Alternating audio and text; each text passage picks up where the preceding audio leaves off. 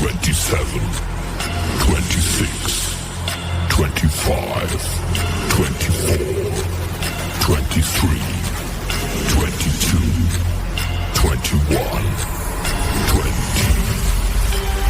19, 18, 17, 16, 15, 14, 13, 12, 11, 10, 9, 8, 7, 6, 5, 4, 3, 2, 1, 0.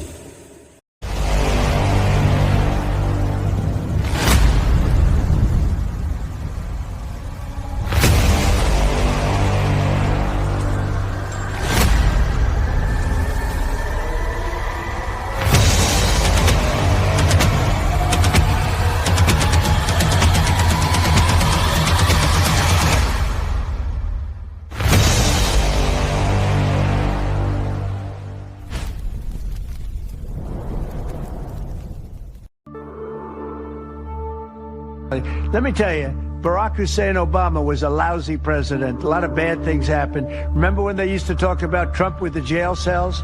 Well, he built the jail cells for the children. He built those jail cells. Remember that came out? But, sir, they were built in 2014. You remember when that came out? After me going through that stuff for about 2 weeks, and then they found out it was Barack Obama that built those jail cells. The most insidious was providing intelligence to the Mexican law enforcement that led to the arrest of a CJNG cartel-affiliated baby trafficker called La Diabla. Well, I don't think we're going to necessarily ask for a declaration of war. I think we're just going to kill people that are bringing drugs into our country. Okay? We're going to kill them. You know, they're going to be like dead. Okay?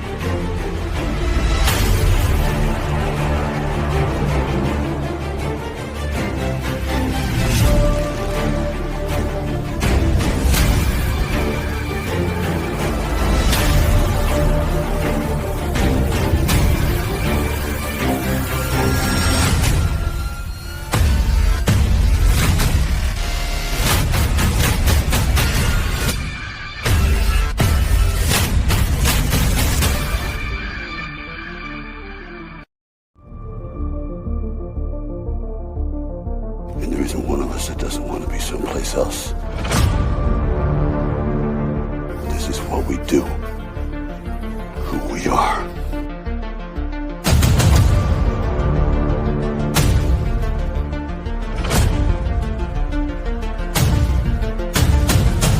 Survive a war. You gotta become war.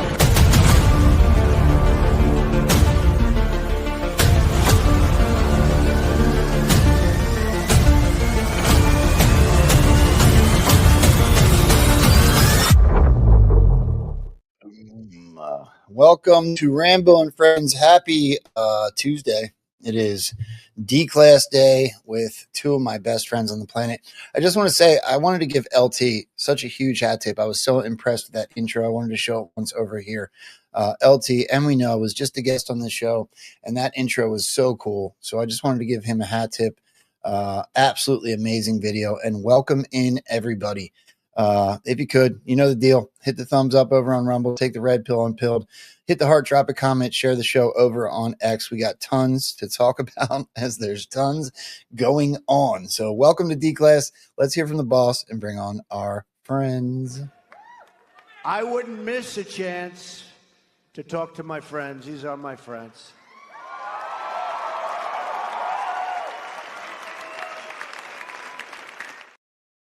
My absolute brother from another mother. What's up, my dude? What's up, brother? What's going on? Happy Tuesday. Yeah. There's nothing to talk about, bro. It's like almost like it's just slowing down. Nothing's ever gonna happen. Hey, did you know the government shut down? Oh, Yeah, 28 days, something like that. something like that. I hadn't heard about it. No, me either. Let's bring on Patrick. Patrick, did you know? I hear that there's a shutdown, and what we're going to do is we are going to kill them. We're going to kill them. Okay, they're going to be like dead. Let's shut the government down, go to Japan, and drop bombs. Is that weird to say? Real quick, since let me just throw this in before we even jump into anything, because that opening he was talking about Obama, and did you see what Flynn just put up this morning? Barack Obama committed treason, says Mike Flynn on Twitter, and he was also the leader of the most insidious conspiracy ever perpetrated against the American people. Now it's accountability hour. Hashtag, of course, tagging Trump, Bondi, Gabbard, and Susie Wiles. And everybody's all down on Susie Wiles. But if Trump picked her as his chief of staff, then can't be all bad. Yeah, I just thought that was interesting. Anytime General Laser Pointer starts talking that way. That's such a good nickname. He did pick Fauci. Yes, he did. That's a laser pointer. Yeah, he kind of picked Pence.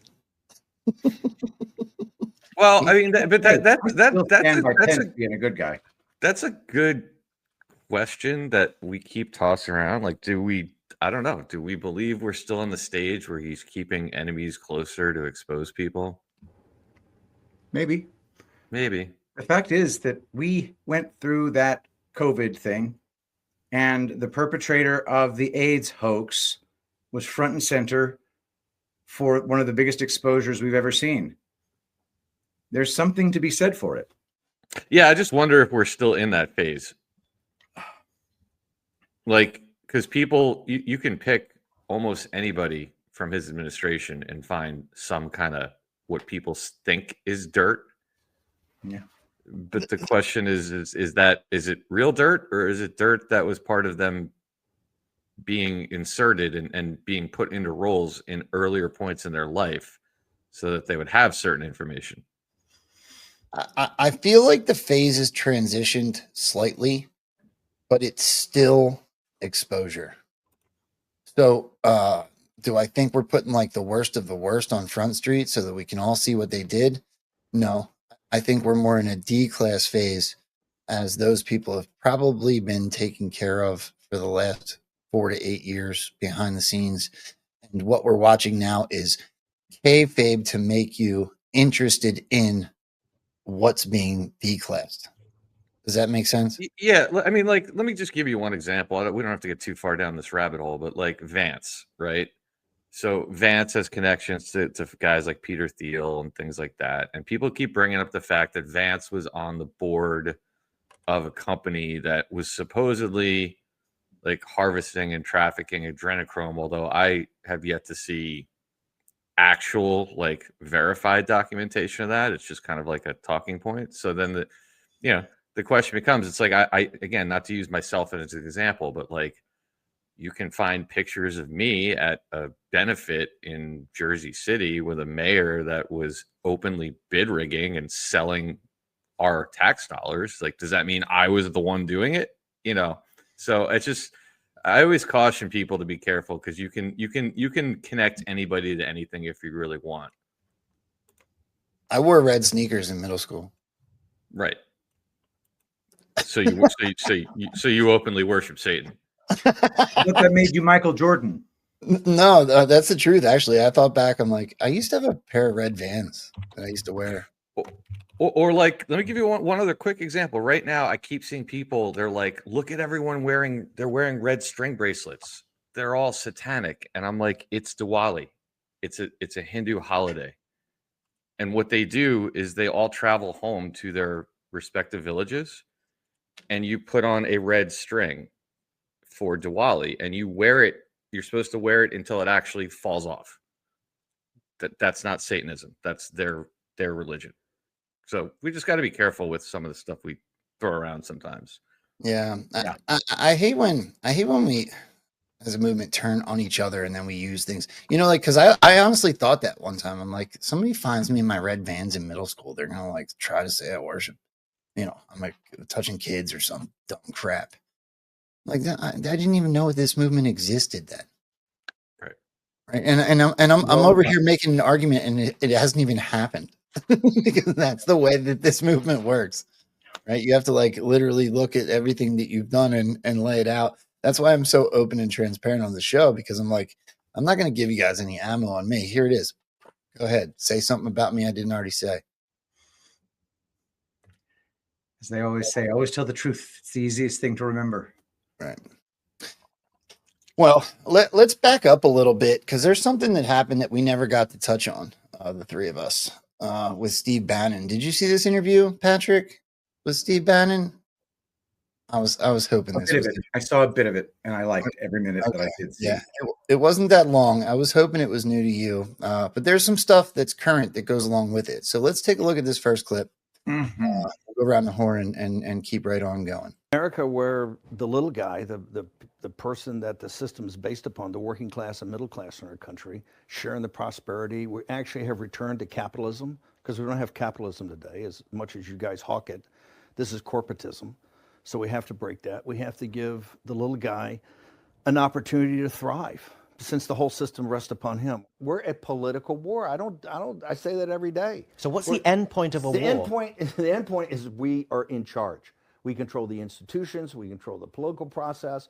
We actually have reclaimed this country, turned it around, put citizens first, and created a entrepreneurial capitalism paradise for average people in this country to happen to be citizens. And we're not going to back off 1 inch until we get it. And guess what? We're winning. You use the word war a lot. If you really think there is a risk of civil war and the situation is as bad as you are saying, don't you have a responsibility as someone who sees this and who's a student of history and has 27, 26, 25, 24, 23, 22, 21, 20,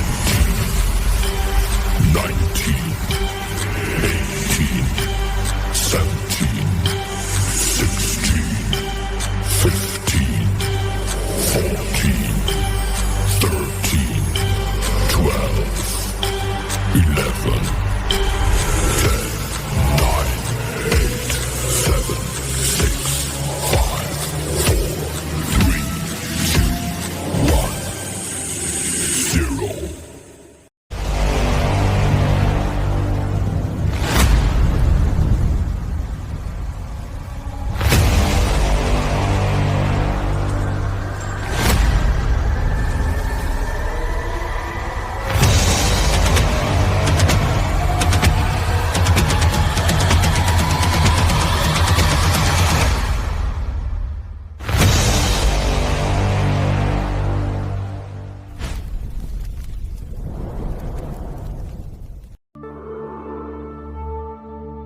Let me tell you, Barack Hussein Obama was a lousy president. A lot of bad things happened. Remember when they used to talk about Trump with the jail cells? Well, he built the jail cells for the children.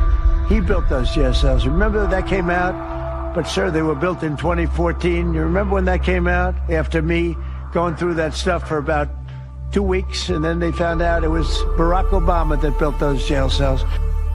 The most insidious was providing intelligence to the Mexican law enforcement that led to the arrest of a CJNG cartel-affiliated baby trafficker called La Diabla. Well, I don't think we're going to necessarily ask for a declaration of war. I think we're just going to kill people that are bringing drugs into our country. Okay? We're going to kill them. You know, they're going to be like dead. Okay?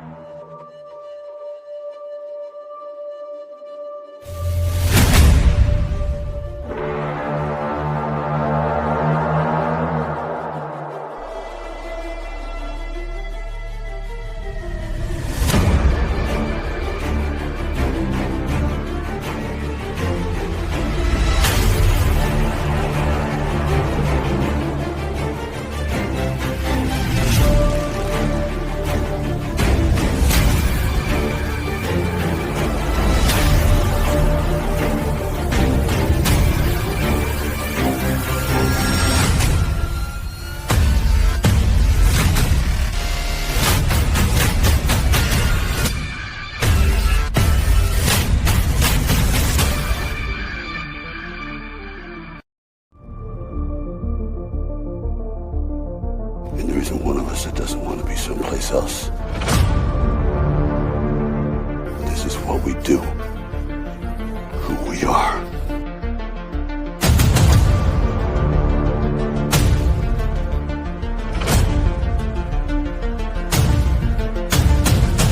Survive a war, you gotta become war.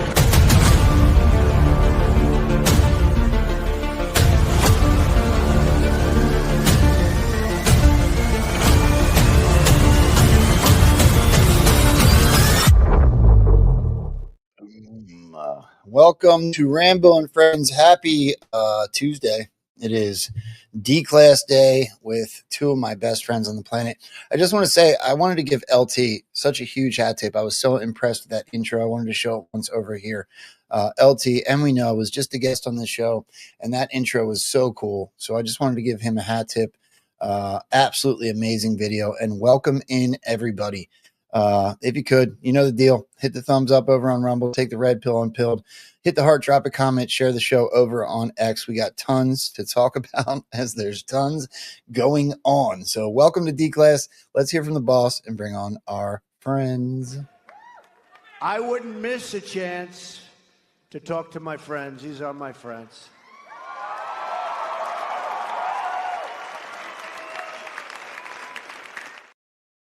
My absolute brother from another mother. What's up, my dude? What's up, brother? What's going on? Happy Tuesday. Yeah. There's nothing to talk about, bro. It's like almost like it's just slowing down. Nothing's ever gonna happen. Hey, did you know the government shut down? Oh, yeah. 28 days? Something like that. Something like that. I hadn't heard about it. No, me either. Let's bring on Patrick. Patrick, did you know?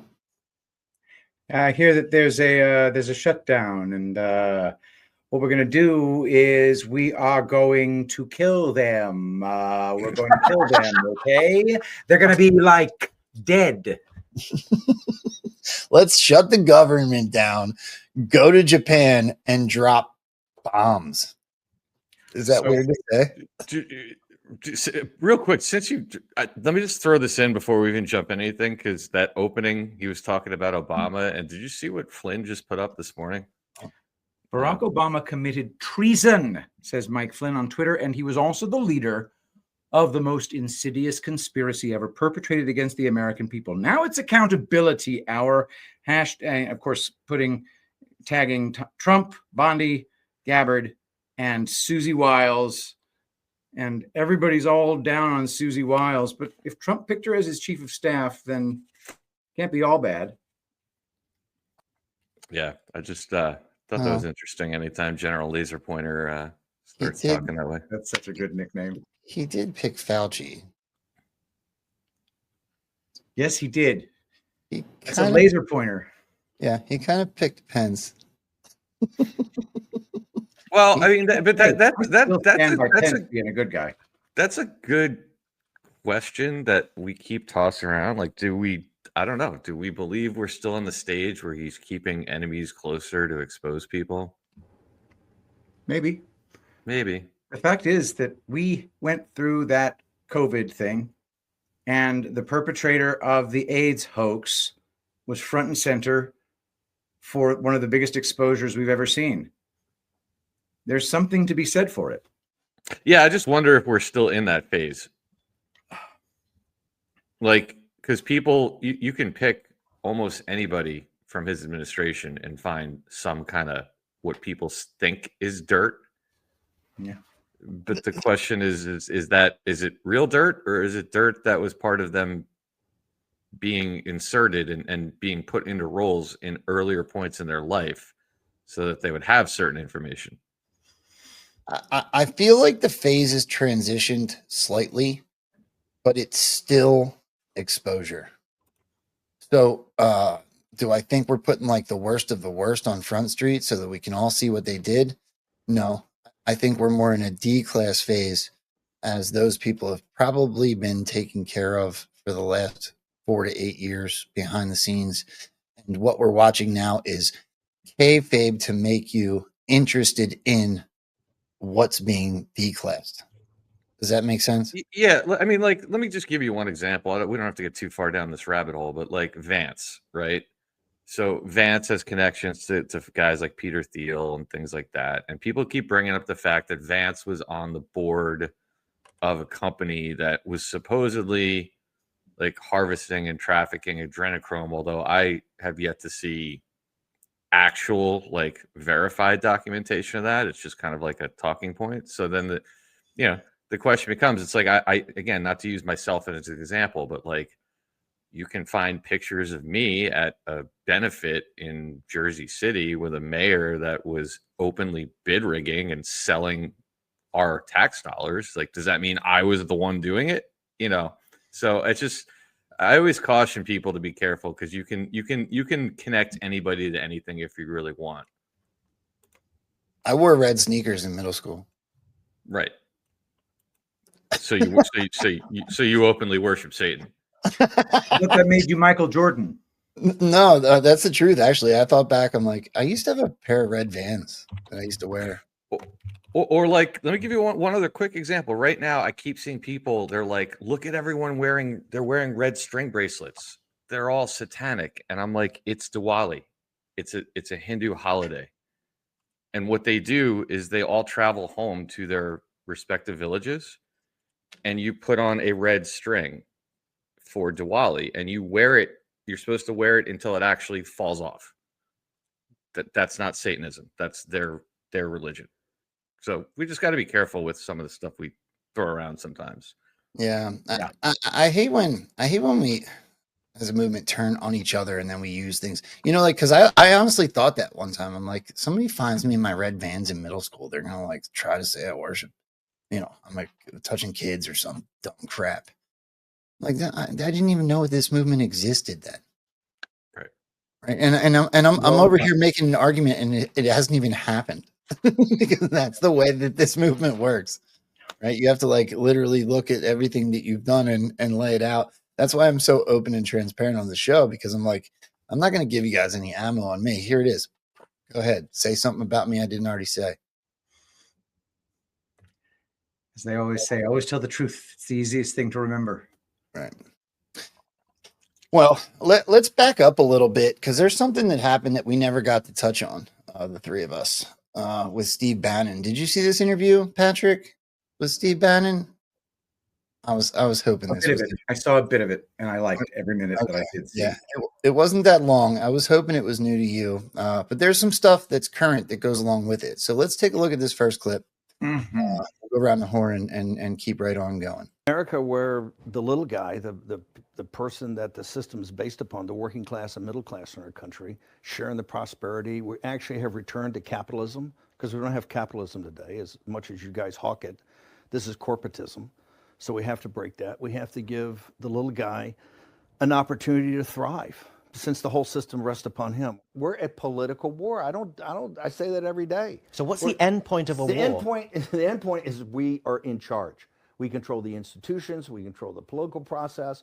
We actually have reclaimed this country, turned it around, put citizens first, and created a entrepreneurial capitalism paradise for average people in this country to happen to be citizens. And we're not going to back off 1 inch until we get it. And guess what? We're winning. You use the word war a lot. If you really think there is a risk of civil war and the situation is as bad as you are saying, don't you have a responsibility as someone who sees this and who's a student of history and has seen what has happened in history to calm things down rather than Not to calm things down at all, to warn people. Do you think if we calm things down, they're going to stop? What planet are you living on? This is my problem with this whole concept of liberal debate. We're in a revolutionary time, both technologically, geopolitically, right? Financially. You're talking, in this magazine, you tell me we're heading to financial Armageddon.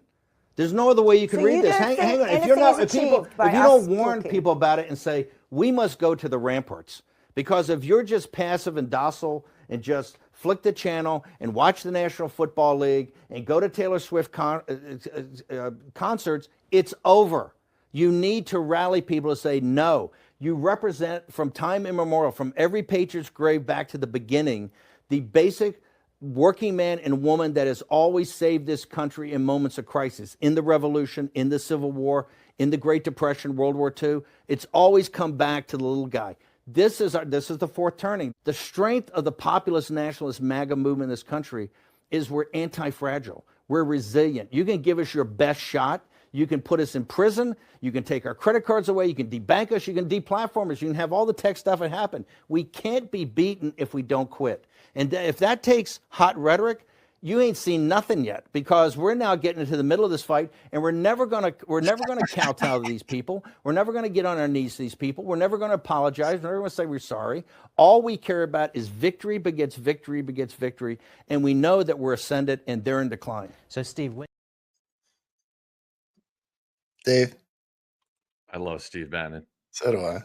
I absolutely love Steve Bannon. And, you know, it came up in the chat. And actually, full transparency, Derek Johnson and I disagreed a little bit on it last night.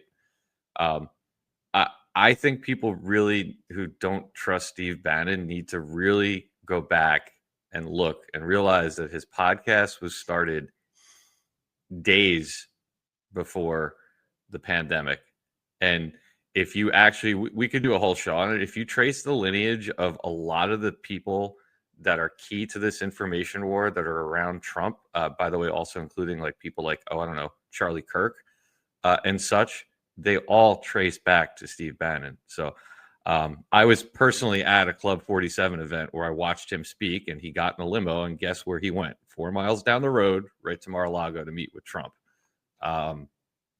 Bannon is, in my humble opinion, very key to this information war. There's rumors that infiltrating the gamer / autistic internet movement was his idea. Yeah. Well, like somebody just asked, did he steal the what he was accused of? Did he steal the build the wall the money? Well, he's worth $48 million on his own from producing movies and such. Like, do I believe he needed to steal like $600,000 or whatever it was? No, I think that was just a setup. I'm sure that was a setup. What's that? I'm sure that was of course that was a setup. Not to mention, I'm not saying he's above earning some cash. He's not. But everything in that lawsuit was just the act. If that really is all the facts of the case, then he's a retard, and I know that he's not. Right. I never went to jail and came out chubbier and more tan. I'm just gonna put that in there. The more tan part was the real giveaway, because Home Skillet doesn't exactly have the world's best metabolism. He might be able to come out chubby from anywhere, but the tan, that's a dead giveaway.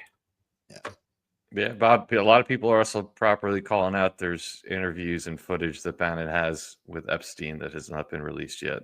Also keep that in mind. Dude, for all we know, Jeffrey Epstein is a friggin' hologram, a hoax from the start, a dude who every single picture, he's making his goofy little weirdo face the same way, not showing his teeth. It's the exact same smile every time. He's a cutout. He's there to represent something for us to look at when the real crimes are taking place over here. That's just my intuition. I wish I could be mad at you, but I'm not. That's literally just not even a hot take at this point. It's kind of what it looks like. Let's go into the next clip here, because this is my second, or actually my first favorite. That was my second. This is my first from that interview. Take a listen to this. And how did he do that? With no political training, because he was a populist and he was a nationalist at the very moment that if you didn't have populist nationalism stopped the managed decline of the country by the elites of the nation. And does he need a third term in order to see that job through? Well, he's going to get a third term. So Trump 28, Trump is going to be president in 28, and people just ought to get accommodated with that. So what about the 22nd Amendment? There's many different alternatives. At the appropriate time, we'll lay out what the plan is, but there's a plan, and President Trump will be the president in 28. We had longer odds in 16 and longer odds in 24 than we got in 28. And President Trump will be the president of the United States, and the country needs him to be president of the United States. We have to finish what we started. And the way we finish it through Trump. Trump is a vehicle. I know this will drive you guys crazy, but he's a vehicle of divine providence. He's an instrument. He's very imperfect. He's not churchy, not particularly religious, but he's an instrument of divine will. And you can tell this of how he's pulled this off. We need him for at least one. Did you hear that? Term, right? And he'll get that in 28. You're not driving me crazy. I'm really I'm trying to understand the coherence of the things you've just told me in the last few minutes. On the one hand, you've said the Constitution is fit for purpose. Secondly, you've said that President Trump needs another term, even though the 22nd Amendment makes pretty clear that he cannot have another term. Why does it make that clear? Because he's on his second term already. At some point in time, we will make sure we go through, Zanny, and define all those terms. Okay? But even if you find a way to undermine you will be undermining the spirit of that amendment, even if you find some way around it. And to those Can the American people, if the American people, with the mechanisms we have, put Trump back in office, are the American people tearing up the Constitution? Would that be tearing up? Well, would the American people be going against the spirit of the Constitution, ma'am? I think yes, actually, because I think what you will end up with is a populist justification for a quasi-dictatorship. That's not true at all. Trump That's what it sounds like. Trump is a dictatorship. Did you just see the compromises he had to make on the big, beautiful bill? You see the compromises he has to do on everything, on accommodating Zelensky, on what President Trump. President Trump is nothing but a series of negotiations to kind of keep this thing rolling forward, where he's having trade-offs all the time. Steve, you've just spent the last 20 minutes telling me we have to smash the other side. There's no room for debate. There's no room for compromise. We must smash them. And now you're telling me this is a negotiation. I mean, that's no. I guess that's why it seems to me some kind of tension First there. off, the only way President Trump wins in 2028 and continues to stay in office is by the will of the American people. Okay? And the will of the American people is what the Constitution embodies. And so I think we're going to be in good hands there. Our job's not over yet. Okay, so I'm going to say a couple of things. One, Donald Trump will be president through all of the year 2028. That's just a fact. So let's just leave that alone. If he's being cute and he's saying, oh, he'll be president in 28, of course he will, because the next term doesn't begin until January 20th, 2029. So that's one possibility. The second possibility is, if you look at the text of the 22nd Amendment, it says no president can be elected more than twice. What if it is determined that there have been no elections, because there haven't, and every ascension to the presidency has been the result of who can be the most successful mega fraudster? Or better put, this has all been a show. There have been no real presidents. And now it's time for Mr. Octogenarian to stand for election for the very first time, for a real legitimate election. And then he can have his 2 elected terms. And then he'll be freaking, 90 when he leaves office?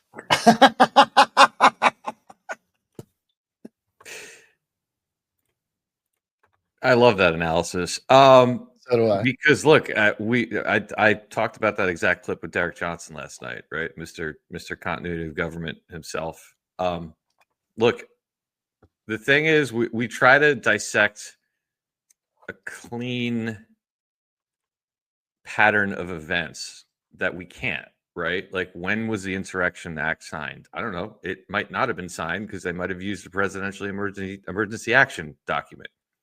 They might not have used a PED because we may have technically been at war since 2015.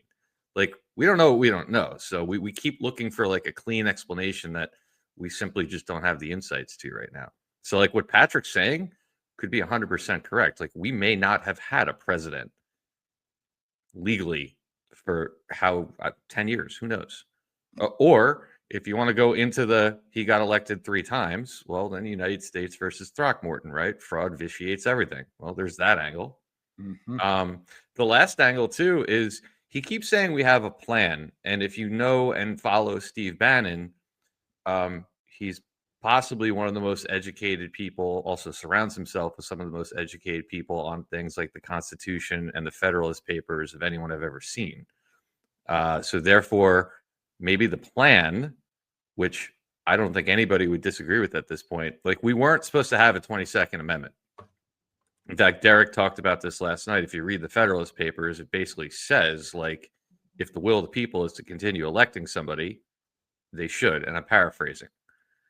So that's part of the problem we've always gotten into is this we play this seesaw game of somebody gets elected, they spend the first year dicking around with getting everybody confirmed and everything, and then by the time you get halfway through the term, now you got to pivot because you have midterms, and so nothing gets done. And we've been in that pattern since 1950. What was it, 1951 when they put that amendment in? They didn't put term limits on Congress, just on the president. So could that just simply be all this trolling and stuff be a nod to that sometime between now and the end of this term, we're going to correct that term limit situation? Could be that too. It would make sense. So he keeps saying that. That's not the first time Bannon's gone out there and said that there's a plan. So it's definitely interesting. I want to throw something in. Okay. I watched your interview last night, Dave. So if he's going to keep coming up because of what's going on, and it makes perfect sense, I need to say this out loud.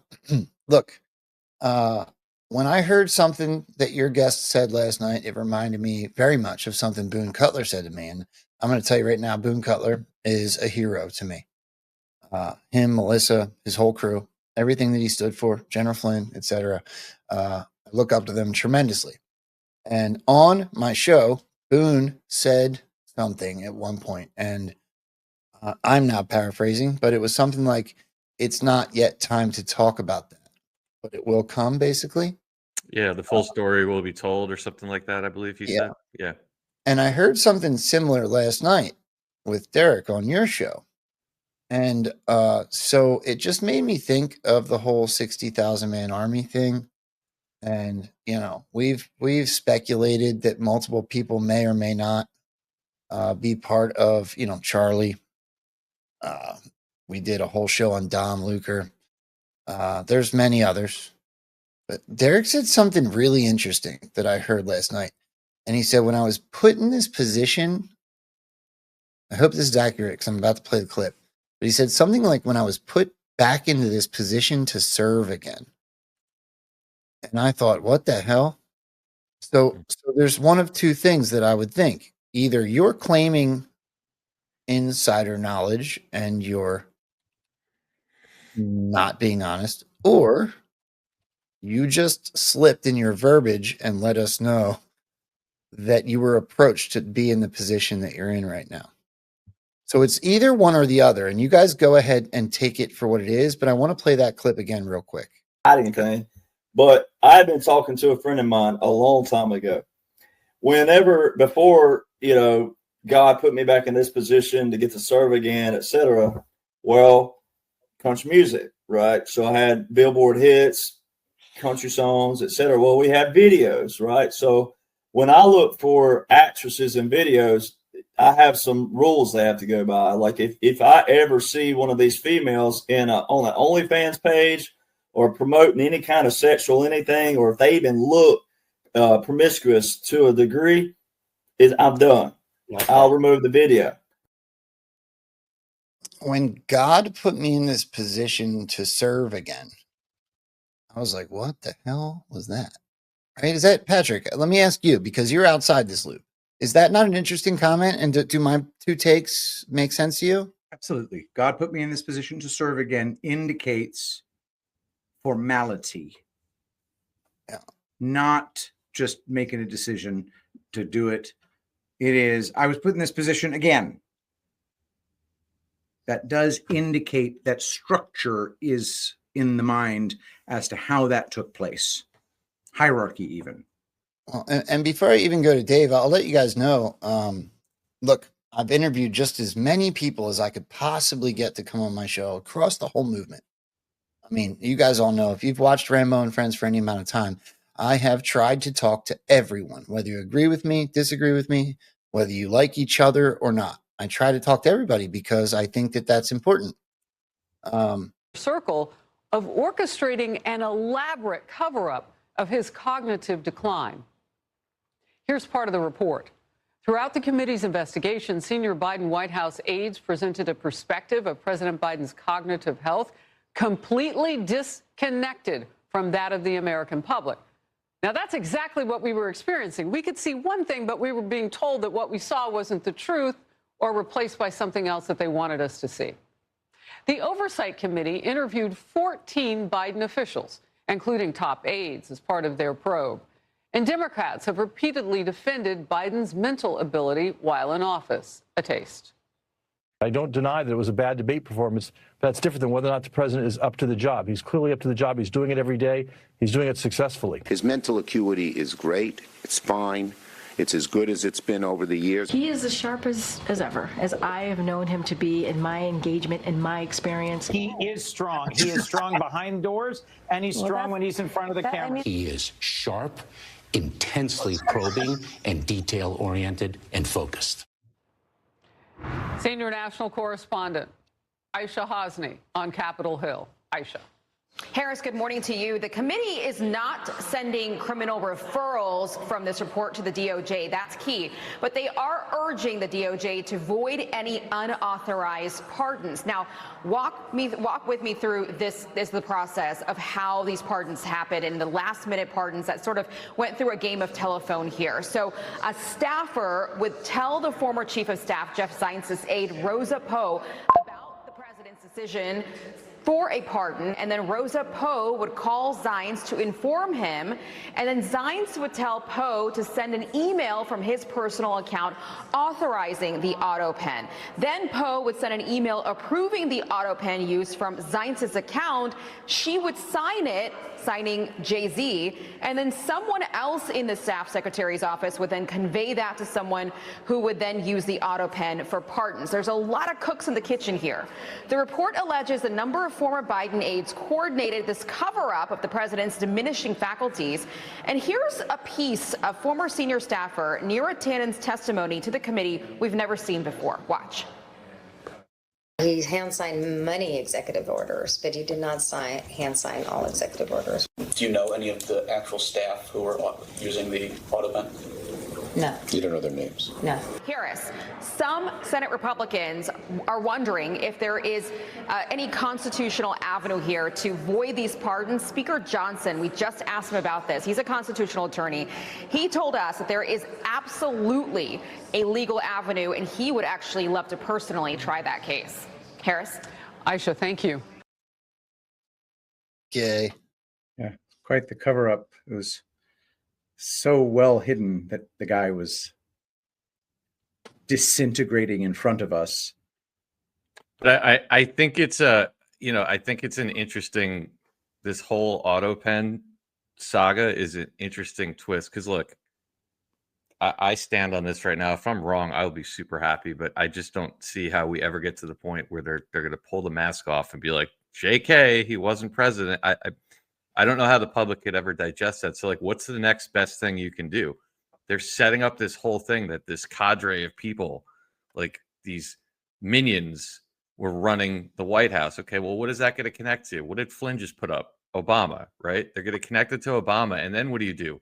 Boom, you drop election fraud out there. And you're like, so not only did they steal the election, they put this corpse in there. And they had all these people executing the will of the globalists, the will of the Soros, the will of whoever on the American people. I think that's how they're going to play it out. And then I think they're, Q tells you they're going to do everything legally, and legally in both the military covert side and the public presentation side, and probably go up to the Supreme Court and void it. Dave, I think what you just said is going to be very accurate in the way that it plays out. But can we do what we do on this show and speculate for just a second? Yeah, of course. Is anything that we just saw legit? Like, was it a sting to catch these people? No. Or is it legitimately all a show? I believe it's all a show and a cover story. And yet, okay, and I think where you're going with that, Joe, is that if it's all a show, surely at some point the show has to end. Well, right. And to Joe's question, right? Sorry, I should just expound on that a little bit. Because there are people like, well, no, they let him in and then they let them do. Well, then you'd have to believe that cadre of people that was actually running things with the auto pen also decided to put people like a transgender, cross-gender Sam Brinton that's stealing luggage in charge of nuclear disposal, and that they picked Rachel Levine to be the undersecretary of health, and that they decided that putting Biden in front of red lights, looking like Hitler, like they all decided those were good ideas, right? That's where I'm going with it. That's why it's just kind of like logical linear inference. It's like, well, if one is true, then the other has to be true, then the other has to be true. Well, if these people were actually set up to run it, then you have to believe that all these crazy things we saw, which exposed them, which completely tanked any chance of them winning in 2024, which completely set up that debate, which completely then they thought, well, after we screwed this thing up for 4 years and we let Trump rise back to power, let's put Kamala Harris in here. You would have to believe that they all decided to do that at the behest of Barack Obama, right? That's where the logic would have to go. By the way, dude, Joe, speaking of that, can I just throw this in because it was funny as hell last night since we're talking about Biden? Did you hear Gutfeld? Yeah, go ahead. Dodge a question. Trump was harder to nail down than the lid on Biden's coffin. That's not the only one. I got actually, I grabbed a couple. I didn't put those in today's show, but you're right. Him and Jesse both kind of smashed last night. It was not that that's anything new, but yeah. They then talked about him being shipped in dry ice. Yeah. I got one more clip from Bannon on this if you want. Sure. You could run that. All right. House Oversight Committee ruled yesterday not have sound? That none. We do. You have it? Yeah. I have it. That's so weird. I don't. All right. Well, if you guys have it, try it again. Are pardons executed by the auto pen there it goes. Are legitimate. And this is what I said for years on this show about the illegitimate Biden regime. And we haven't even gotten to the part of showing and adjudicating how they stole the election. But I said the liabilities here and the chaos and confusion is going to cause in the American legal system are going to be monumental, because this guy was not a legitimate president. And now we've had the House, it's just not war room, banging on the table, yelling into the microphone. They've deemed that the auto pen, and there's a story in the New York Post, absolutely brutalizes people around Biden for what he actually knew at the time. He had like an index card written down that none of the pardons and none of the executive orders that he wrote with the auto pen, signed with the auto pen, are legitimate and have to essentially be unwound. We're going to see where that goes to the House and what's going to happen with this. But this is monumental, and referrals over to the Justice Department like this afternoon. Dude, so, that's where I think he's giving you the roadmap. That's it. Like your government was, going back to Russiagate. Your government was overthrown. It was overthrown by this group of people. These are the people that did it. Then they stole the election. COVID's probably going to come into it, and then all these other minions were sitting there running the government right under your nose. And look, that's a better lesson to teach people than pulling the mask off of Biden or just blaming Biden, right? Imagine you could have said, everyone that was screaming for, and I was one of them, let's just rip Biden out of office. That's it. Let's show the fraud. Okay, that would have been great. But now hindsight is 2020. What a better lesson to teach the average American, right? That it wasn't just a stolen election. It wasn't just this feeble old dude. It was a infiltration. It was a whole group of unelected people that were ruining your life, your country, right under your nose, while you had no idea. And by the way, the reason you had no idea is because the Mockingbird media, which is getting paid by the same government and is controlled by the same people, was lying to you about it. That to me is like the long-term lesson that may have been painful for us to get to, but it makes so much more sense to me in hindsight. To the masses. I mean, we still have to talk to our audience, right? Devolution, laws and orders, Article 2, Insurrection Act, PADS. We can go on and on. There's a million ways this could have been done, but something happened. Okay, something went down. Something odd went down, and here's a term I'm sure nobody's ever heard before, but fraud vitiates everything. Okay, the auto pen insinuates fraud. I don't believe Joe Biden was ever president, and I think if we're going to talk about the auto pen, we have to look back at this clip because Donald Trump tells us all the time what's actually going on. We had some, I signed like 150 of them, and I didn't use an auto pen, by the way. I signed, you know, when you're signing these important, like a general getting approved from 3-star to 4-star and all of these different things and big confirmations and, you know, big stuff, you really have an obligation to actually sign it, I think. You probably noticed right there, number 46, we put up, right? We put up a little bit of an auto pen. We have 46. We have 45. We have 47. It's very interesting. Yeah, 46 is an auto pen. It's up there. It stays up there. People like it. It's probably going to stay up there for a long time. It's true. And I know you're looking into that. And by the way, the auto pen person said he never spoke to Biden. He worked the auto pen. You're not allowed. You're not allowed to do that. So if you're looking at anything, just remember it. And remember, they treated us very badly. They treated us very, very badly. So I think you're allowed to just report the truth, including the confirming of my cabinet much faster than first time. I mean, we went so fast, and I give John Thune and all of you credit for that. It was amazing. All of a sudden, I was calling John, I've got to get him approved. Come on, John, because I was getting like one every 2 weeks. And you know, I have people, they left their job and they left everything, and it looked like they were. All of a sudden, it was like an avalanche. They walked in, James and James, my double James, I call them. They walk in, and they had like so many of them. I said, you got to be kidding. Is this like, are you for real, right, James? John Thune did his job, and you got them all done, and you have all those people out there working now, and instead of being very upset with the fact that we couldn't get them approved quickly. So I really appreciate it. You used a method that I wish you could use on U.S. attorneys. You know, I have 10 U.S. attorneys who are phenomenal, a Harvard, a Yale, a this, a that, all top. And the problem is they're not going to ever be confirmed, I guess. I put them in. They'll be there for 3 or 4 months, whatever, and then they have to leave. Because anytime you have, as you know, anytime you have a Democrat senator, not even 2, just 1, they'll say because of the time we're in, we're not approving that person. We're not approving. They never do. They won't approve.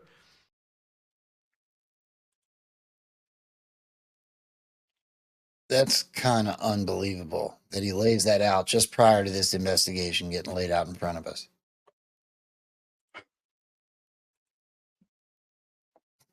No words left. It's all been litigated in public. It's just a matter of getting enough people to say, okay, now let's have some justice. Just like General Laser Pointer has just said. Yep. Dave, did you want to keep going? No, I mean, I think that's it on that, on the auto pen. Again, I think that's a good breakdown because a lot of times I know we post these clips and we play these clips and people are like, they roll their eyes. They're like, okay, I get it. Where is this going? I think if you watch what you just showed, and then when you watch where the quote unquote investigation is heading, and then what guys like Bannon are saying, as of right now, and again, this could change tomorrow, it seems like that's where the public is being pushed. That's the lesson the public is being pushed into. You're going to get this giant, at some point, wake-up call that all this stuff happened, and here's why you didn't know about it. It's the most brilliant thing I think I've ever watched, because for those of us that have paid very close attention, they're letting you know what's going on. And for those that have lived their lives normally as they always have, are also being reached in a way that they're going to be declassed the same information. It's just that we were told a long time ago, and we've watched them, and they've given us hat tips to keep us involved. But everyone's going to find out. That's what it feels like. Yeah. Mm-hmm. It does. Here, Patrick, will you read this? I got just a couple things from Ripcord. I was actually real impressed. It was the first two things I saw this morning. Everybody knows that today's Q's birthday, right? Happy birthday, Q. October 28th. Yeah. Also the day that John Durham was appointed. Yes. First day Q posted, the day John Durham was appointed. Patrick, would you read that? Paul Sperry on Twitter, October 27th, yesterday. New court filings in the James Comey perjury case confirm that person 3 in the indictment is Comey leak cutout Daniel Richman, which we knew at the time. Person 1 is Hillary Clinton. Did we note that? The case was never about Andrew McCabe. NBC and the rest of the mainstream media got it wrong, and Fox analyst Andrew McCarthy, parroted them.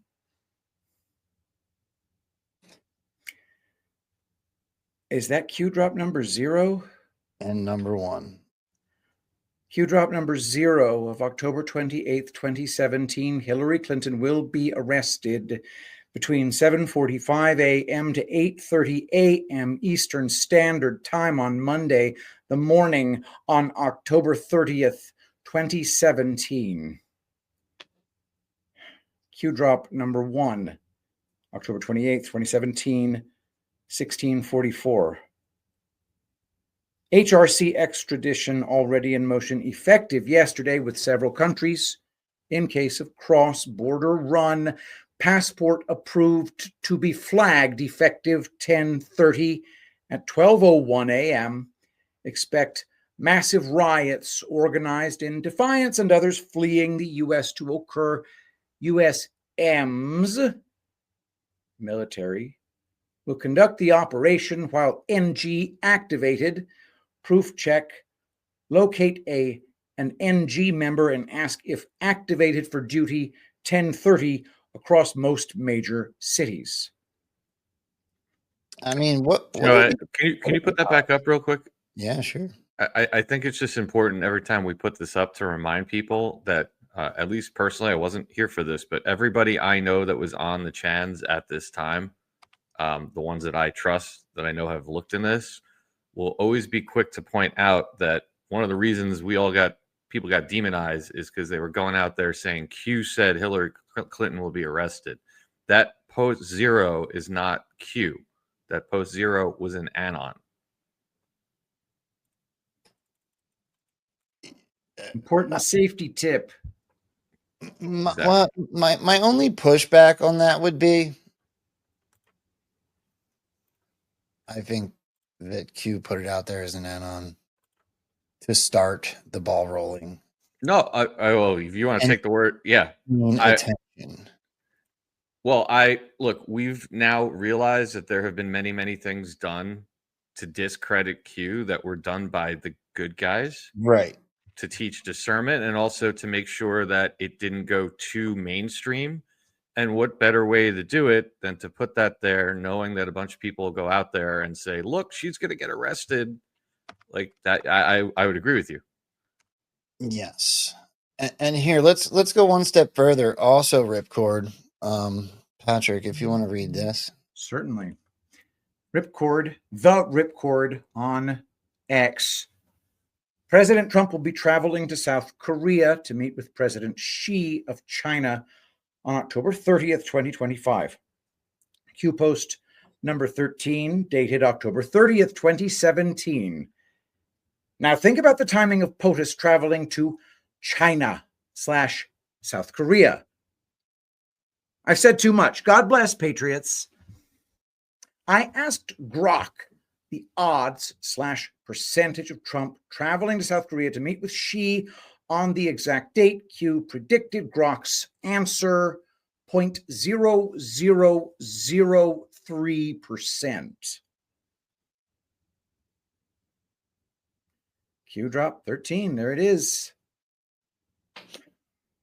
Trump will then travel to Busan, South Korea, Chinese President Xi Jinping on Thursday, October 30th. You want to read that drop too? Yeah. Now think about the timing of POTUS traveling to China SK. I've said too much. God bless Patriots. How the hell did they say that 8 years ago? October 30th, Trump is heading. Now this is October 30th, 2025. Yes. Correct. And this is 2017. I'm trying to think like a normie. How can I normie my way through this? I don't think there's any normie world explanation for this one. Right. I don't think normies get out of this one. Dave? Full control, man. Full control.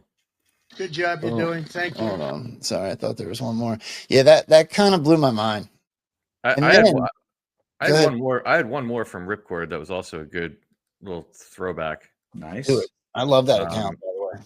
Yeah, that he pointed out that Trump gave a little wink and a nod that day. So October 28th, 2017, day of the first post, that same day, a few hours after the first post, very little reporting about the great GDP numbers announced yesterday, 3.0, despite the big hurricane hits, best consecutive Qs. Yes, I know you could say he meant quarters, but he wrote Qs in years. Wow. Okay. So very little reporting, consecutive Qs in years. That's amazing. It's like almost like a happy birthday Q. I got stuff from today that'll blow your mind, Patrick, Dave. I think both of you were probably asleep at 4 a.m, right? I was definitely asleep. Wide awake. My baby slept through the night. Just want to throw that out there. Well, I woke up early this morning, and so I watched the whole Donald Trump speak to the Navy on the ship that he was on this morning, and holy crap, he dropped bombs the whole way through, which is very funny to say while he visits Japan. However, take a listen to this, and when you listen to this, listen to it through. Sorry, Dave just got my joke.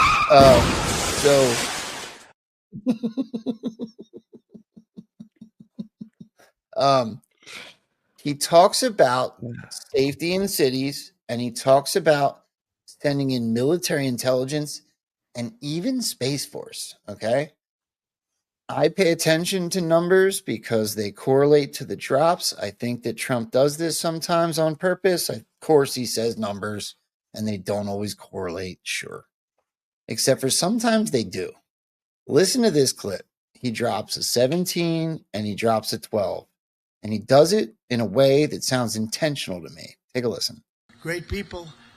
And I don't say they were totally politically correct. That's okay.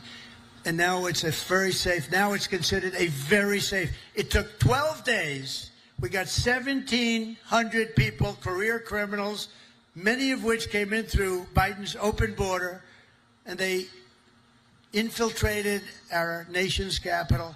And we had a very unsafe capital. But for years before that, it was very unsafe. Now it's as safe as there is anywhere in the country. You can have your daughter, your girlfriend, your wife, your boyfriend walk right in through the middle. Nobody's going to touch them. The crime is down to almost nothing. It's a whole different ballgame. It took literally 12 days, but let's give us a month to do it really. We had it drum tight, and it's a beautiful thing. And our people in the service, and you know, people don't care. If we send in our military, if we send in our National Guard, if we send in Space Command, they don't care who the hell it is. They just want to be safe. And we have safe cities now. We're starting in Memphis. And Memphis was a disaster. It's been there. They've been there for 2 weeks, and it's a whole different series. Crime is less than half, and within a month, it'll be gone. Wait a damn second, okay? So in 12 days, 1,700 career criminals, 12 days, he repeats it. And then he talks about sending in the military, the National Guard, and Space Command. Okay, 1,700, 12, multiple times. He talks about military, Space Command, National Guard. Patrick, Reed dropped 12. I would be delighted to. Q drop number 12 of October 30th, 2017.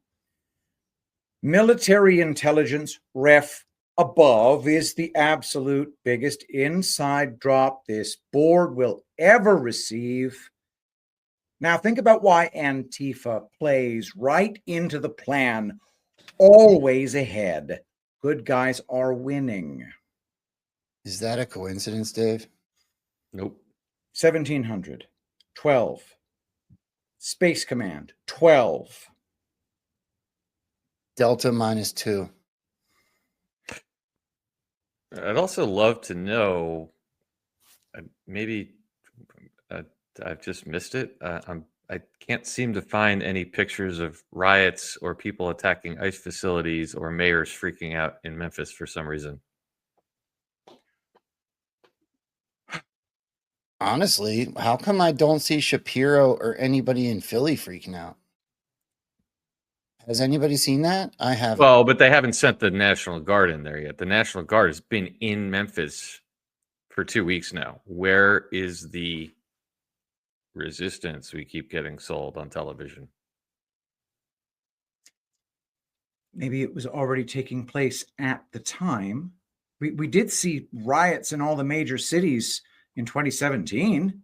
Well, sure. We saw riots in the major cities in 2017 when he got elected. And then we saw riots in all the major cities in 2020. And then what did Q tell you?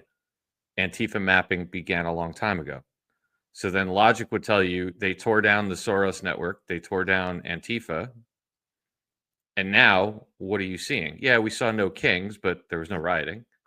And that weaponized group that they would have that would have the ability to stage riots. Like, look, if this, I'm sorry, I'm going to die on this hill. What you're watching on Fox News with the let's go from Broadview, Illinois to Portland, to Broadview to Portland, to Broadview to Portland, and make it seem like there's all this resistance. Mm-hmm. If it was real, it would be happening everywhere. We'd be getting footage from Memphis. We'd be getting footage from San Francisco. We'd still be getting footage from LA. We would probably even be getting footage from places like Fort Lauderdale, where there is a large group of Democrats, and we even getting in Orlando, like in anticipation of it. They would have their minions out on the streets in every big stronghold saying, here's our resistance, trying to paint a picture that there are millions and millions and millions and millions and millions of Americans that are against what he's doing with the military, and yet nothing, crickets. And in fact, it's like I said, somebody in Memphis would have a damn cell phone video of more than 3 people protesting the National Guard, and they don't. Somebody in San Francisco would have the same thing. LA, it's like, what do we forget about LA? The whole damn place was being torn down in June, and now it's just like nothing, gone. Oh, they're being sued, actually. I'll get to that.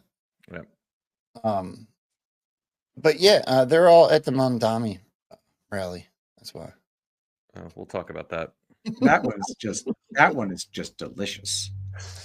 Well, I want to go further just because, look, that speech happened while everyone was sleeping. So unless you saw clips, you're unaware that Donald Trump was literally dropping like Hiroshima and all types of things. So it wasn't just that one. Here's where he started. Take a listen to this. Yet again. Good job you're doing. Thank you. And many of our outstanding uniformed leaders with us today, including the head of the Indo-Pacific Command, Admiral Samuel Paparo. Where is Samuel? Oh, hello. Good, but these are good-looking people. Could make a movie with these guys. They're like Central Cat. Look at this group of people. Commander of the U.S. Forces, Japan, General Stephen Just. Thank you, Stephen. Thank you very much.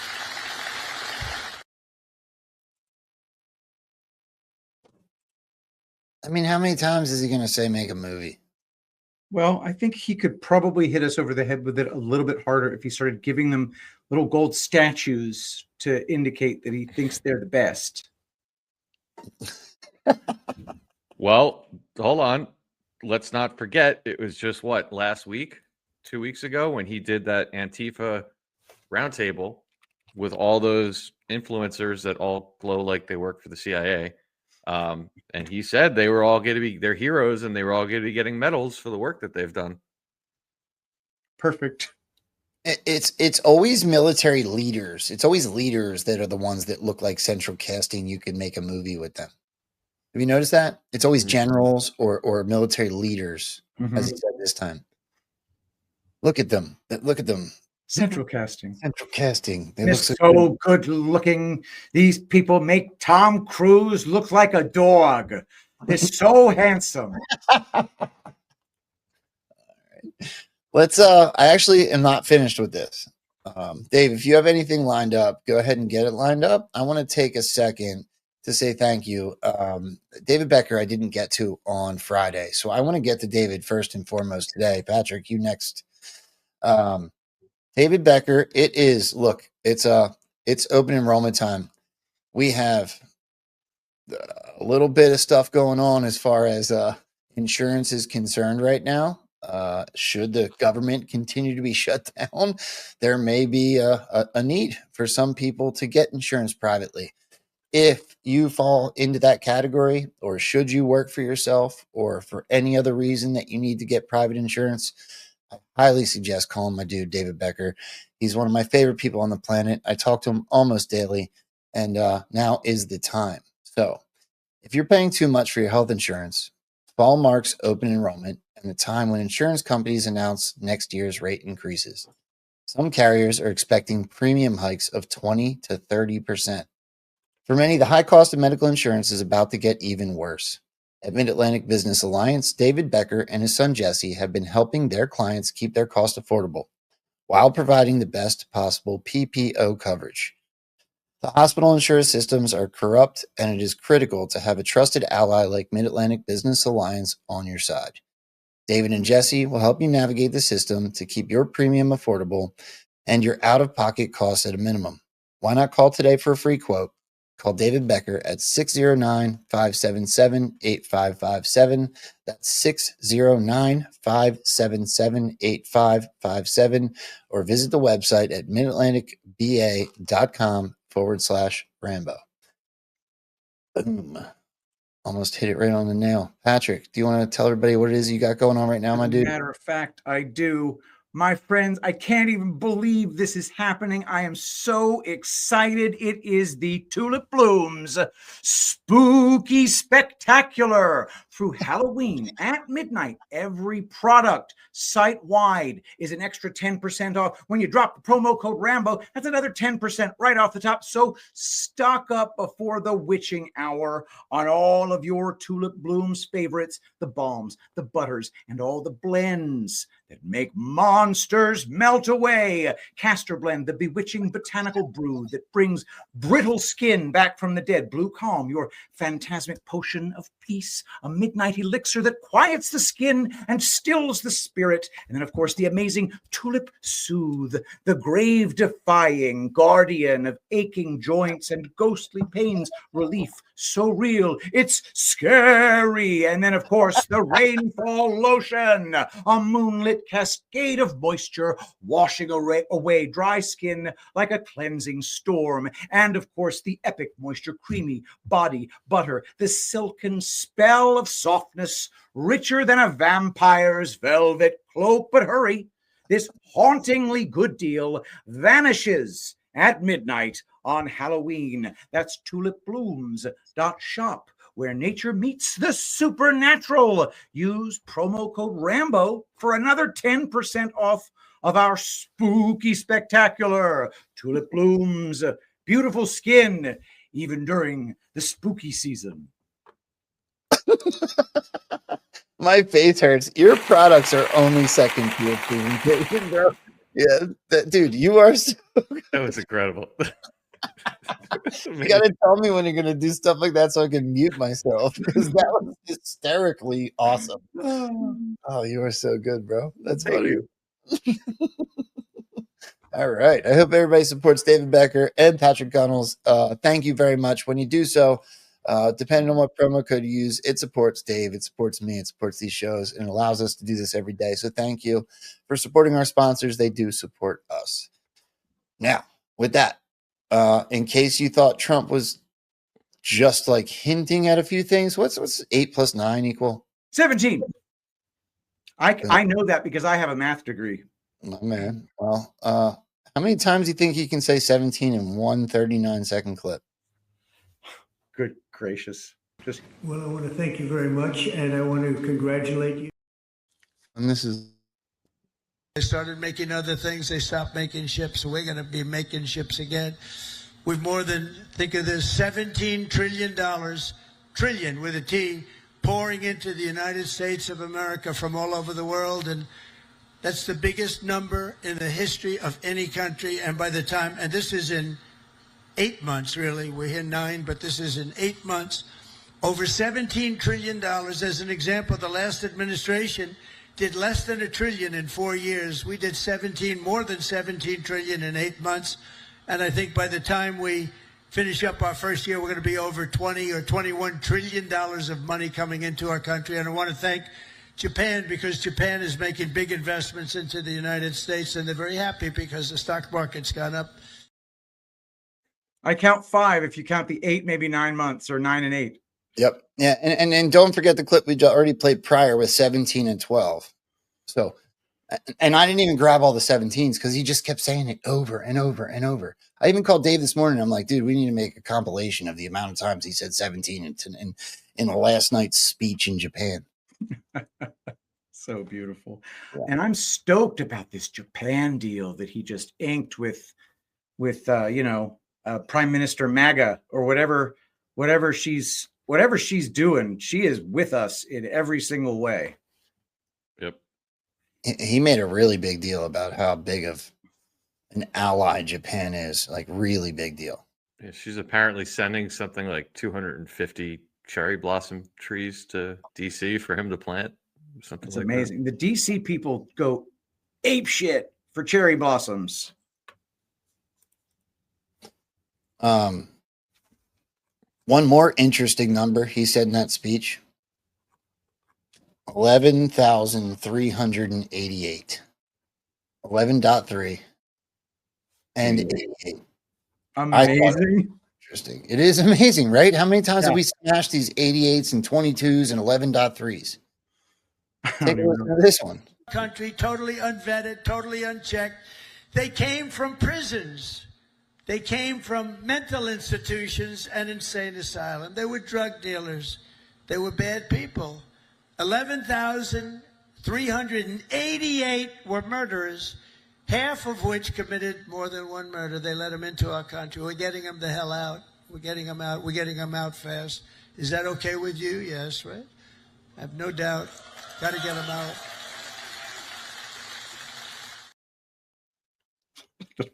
Doesn't it feel like he's talking to us at this point? Yes, it does. It's freaking crazy.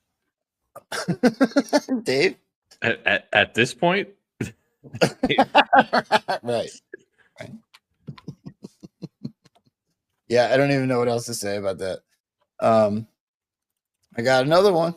I mean, he just kept doing it. Here's the one I accidentally threw on.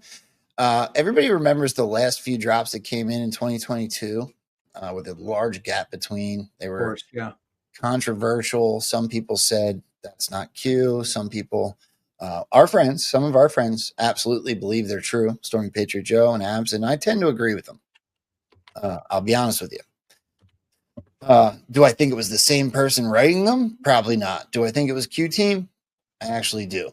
And I'm holding on to that because in those drops, it was referenced that there would be a Q&A in time. And so I'm hoping that that's true.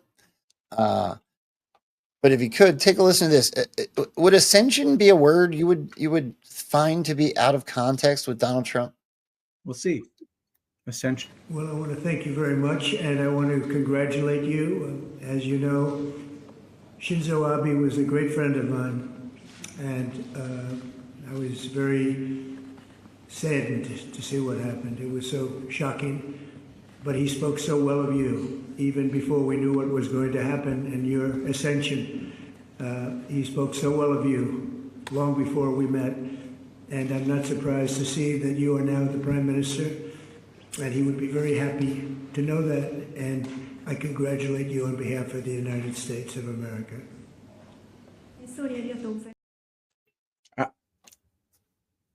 I think ascension sounds just fine there. Being elevated to the highest office in the land, that is an ascension to that office, to ascend. Well, where I think it gets a little interesting is the fact that we talked about this, I think maybe last week, 2 weeks ago on D-Class, that I forget, I'm sorry that I forgot her name at this point, but we did a little bit of a dig on her, and she's a protege of Shinzo Abe, like thank goodness, top to bottom. And then he started by talking about how Shinzo Abe was a good friend of his. Well, if you go back and watch the fake assassination video of Shinzo Abe, then I don't know about the ascension piece. Maybe it's a wink and a nod, but it would seem to me like she may be a operator in Japan, because I don't think Abe's dead. I didn't get a chance to look at the Abe assassination the way that I have now, partly because of you guys, looked at the Charlie Kirk assassination. But I think about Shinzo Abe a lot. You remember those golf pictures that Trump and Abe took together? I do. Trump never did that with any other world leader. This was like a closeness that no other world leader showed during Trump's first term. It really hurt me when he got, assassinated. So you should go back and watch it, because you basically have to believe that somebody that high profile in a country like Japan was basically just like walking across the street to get a hot dog at a stand, and somebody pulled out a gun and killed him. Like it was. Well, that's even more retarded. Okay. Yeah. Amen. And here, apply all that information. There's only 2 drops that use the word ascension. They both were in 2022. Patrick, read that and apply everything we just talked about. Q drop number 4963 of November 18th, 2022, right during the stolen midterm, or after the stolen midterm. Runback, Dominion, SOS offices, investigators, researchers, whistleblowers, patriots in trusted positions. Trust yourself. You have seen the truth. Time to show the world. Focus. Focus. Ascension. Q. Investigators, researchers, whistleblowers, patriots in trusted positions. Focus, or time to show the world. That is the final Q drop. That's when Q decided to go out for a pack of smokes. Yep. Go ahead, Dave. Patriots in trusted positions, like the new Prime Minister of Japan. Right. Whistleblowers, like maybe the one that got fake assassinated.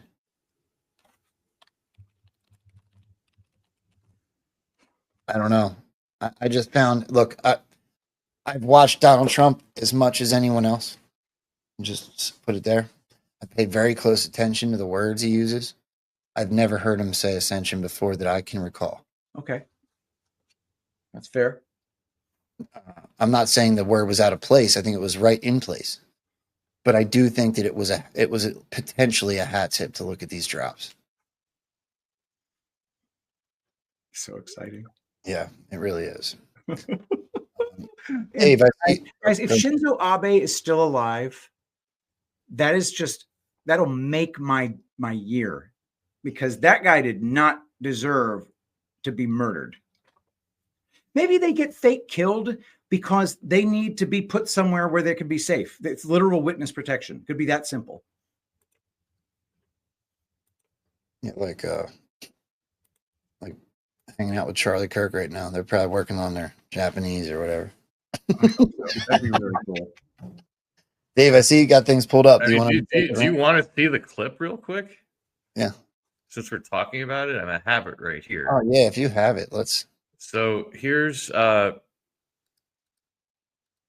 here's Shinzo Abe, and he's just, I guess, no security, decided to just roll out, hang out on the corner with a microphone, and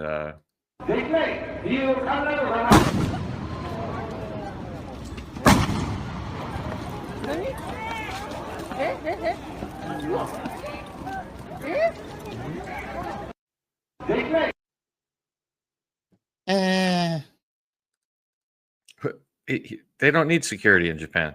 Can you do that again? Can you do it again? I want to watch that again. It's been a while.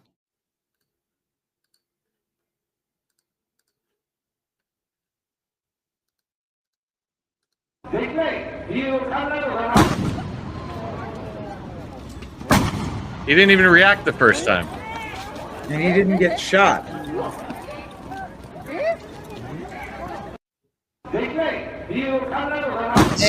Like, he's literally standing on a friggin' median. What did he use? A musket? Like, I've shot guns before. Why, Guy's sitting there. He's sitting there packing the musket. Look, he didn't get shot. That's the part I'm wondering about. Okay, the first time we hear a gun, Shinzo Abe was not shot.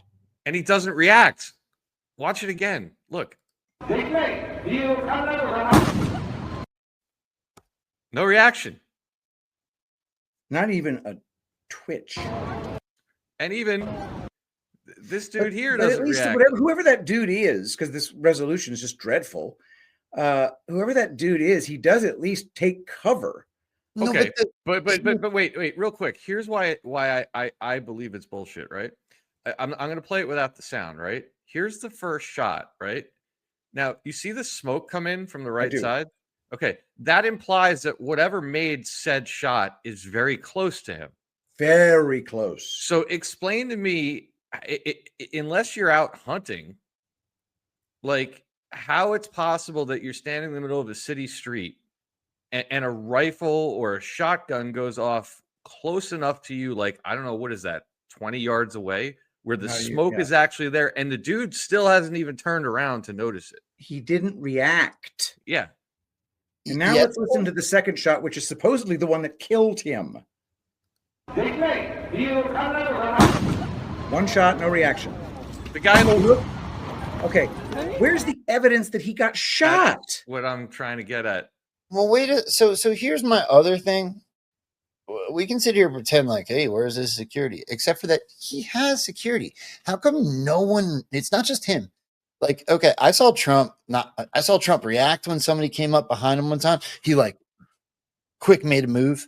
And I also saw him get shot in the ear where he just went like, oh, and he didn't really, he was like, fight. Yeah, but Joe, he does have security, but like this is not not Uganda or Zimbabwe, right? This is Japan, right? It's an industrialized nation. He's got security, but like he's standing in the middle of a bus median giving a speech. There's cars driving by. See the car driving by? There's no perimeter. That's the prime minister of the Empire of Japan. So you're right. He does have security, but I don't know. Like, I wouldn't let somebody that's like a local town councilman do this, like, because it's a security risk. You're telling me that this was their security perimeter? Rose, you know something? Rose Thistle Art says the story, it was a homemade gun, is what the story says. So yeah, and also the gun control in Japan, I think, is just off the charts. Okay, so like maybe he made the kind of gun that Captain Kirk made to kill that Gorn. But it's still, and it could be. But again, I just don't understand how anybody that's ever been around a car backfiring or a gun going off, like where you don't expect it, like that, everyone's head snaps around. You might not hit the deck, but everyone turns to look. You jump, right? And you ever heard a car backfire? You go like this. Okay. And this is close enough to him that the smoke is literally blowing over, and him and this other dude in the white, like the smoke practically blows the hair of this guy in the white, and he doesn't turn around. Watch his collar. Watch his right there. Did you see that? Back up. Watch his collar on his right side, our left. Back up just a little. Yeah, back up more. Almost. That was Charlie Kirkish. Oh yeah. Look Good at that. gravy. Or the whole damn thing's just AI. Or that. Huh. Okay, but let's just, we don't have to keep doing this, but let's use the normie argument. Let's say that the discharge and the wind from that weapon was so powerful that it blew his collar. I still want to know how. No, but it like opens up. It's very weird. Very weird. Man, hey, anybody who's really, really gone down the rabbit hole on the Shinzo Abe assassination, email any evidence you have to pgunnels@gmail.com. There's a very, very solid chance that I will read it. Maybe I'll literally 90% chance I'm going to read it. I'm not perfect, but I'm pretty good. I was considering starting a Substack, Patrick. If I write some, you'll have to pretend that I spell correctly. I can't spell, but I can write. I just can't spell. They have this thing called spell check. Whatever, bro. I think they invented it when they came out with Windows 95. I'll give it a shot. I see that you have some other stuff lined up, Dave. Do you want to take the reins for a minute? I think we should just for a couple minutes at least talk about Mom Donnie, because I have a little bit of an interesting angle on it. We were talking about this last night. Like, you can't avoid this guy. It's freaking everywhere, and I have a lot of people asking me why. Like, what are the reasons?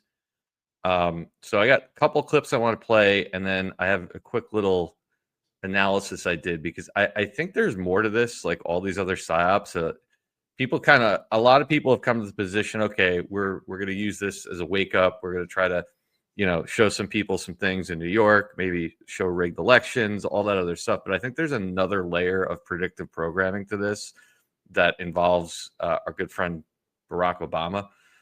So let's first take a listen to this clip here.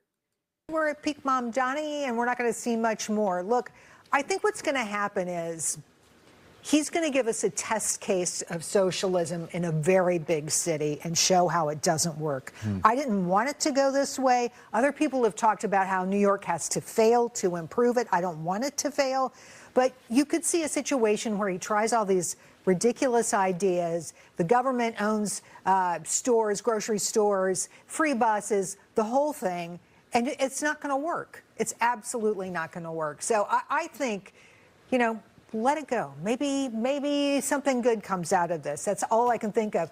And also, it's just going to spur the flight of people out of New York. Right. All of the realtors that I know up in Westchester are like, yeah, we're going to get some of these people. No, they're going to Texas. They see big business coming. So I think she's almost saying the quiet part out loud. Like they need to learn a little bit of a lesson. Maybe. Patrick, you ever notice whenever I start doing a presentation, Rambo shuts his camera off? Oh, there it is. I had an emergency. I'm kidding. Take it easy. Go pee-pee. But it sounds like she's saying the quiet part out loud. Like we need to use New York as an example. It might be that they need to get New Yorkers not to the point where they're tired of the bullshit, because they're probably there. They need to get New Yorkers so convinced that it's safe to declare they're tired of the bullshit. Because right now there is a kind of it's really effective on whites, especially quieting down because they're afraid of being ostracized by the herd. Yep. That has to break apart. There's a certain type of person who just runs their mouth and says it because it's true and they don't care about the consequences. That's 1 in 1,000 people. It's a very unusual person. So we have to get the rest of the herd unafraid of being banished. So well said. And obviously I'm not there anymore, but I still speak to a lot of people from there, and obviously we have a lot of people here in these communities, and the common thread is everyone's going, but see, they're quietly. You're right. They're not openly saying, but quietly they're going, what the F is going on? Right? Again, you have the largest Jewish population outside of Israel in the greater New York area, and they're about to elect somebody that will not denounce global intifada, eradication of Jews worldwide, right? Make that make sense to me. But I think you're 100% right. And if you think about it psychologically, right, what were most of us that saw through COVID, as you saw more and more people fall into it and fewer people be willing to stand up, what also went through your head? What the F is going on? How is this What happening? went through my head was, I hope they all take the vaccine. Can we not forget some things? Wait, real quick. Let me just finish real quick, Joe. It's important because that's an important psychological phenomena that happens when you're waking people up, is when they see something and they're like, what is happening? This isn't making sense, right? And I'm telling you, that's what's happening out of people in New York. I'm not saying no one's falling for Mamdani, but the reality of it is I think we're pumping up the numbers saying this guy's got 75%, he's 91% chance to win, and the average person is walking around the street going, who is voting for this guy? It's not making sense. All right. When the election was stolen, those of us that saw the election get stolen and the obvious anomalies, right? We were all sitting there like, all right, well, this is all going to come out, right? Next week, 2 weeks. And then it didn't. And what were we doing? Going, how? I don't understand. Make it make sense. So I think that's one big piece of it that's taking place around the city right now, because if you believe, like I do, that this guy is some form of a psyop and he just continues. Look, dude, he won't denounce global intifada. He's calling for defund the police in a city that's anti-defund the police. Okay. He was literally just pictured 2 weeks ago with one of his supporters that is an unindicted co-conspirator of the 93 World Trade Center bombing. Okay. I can tell you right now. Yes. Okay. World Trade Center bombing. Let me tell you, as someone who grew up there, people in New York, they're still a little sensitive to anything that has to do with the World Trade Center and the word bombing. And yet their news station is telling them every night, this dude's going to win. That's going to cause enough cognitive dissonance to get people to at least think. I'm sorry, Joe. Keep going. We got to do a freaking send up a skit where we have the job interview or casting call for the role of Zoran Mamdani. Say, okay, what we need, Mr. Mamdani, is somebody who can be like a really, really commie, scumbag terrorist type. Can you do that? Oh, I was born for this part, sir. You could absolutely see that taking place. Yep. Let's add in a few things we've already seen.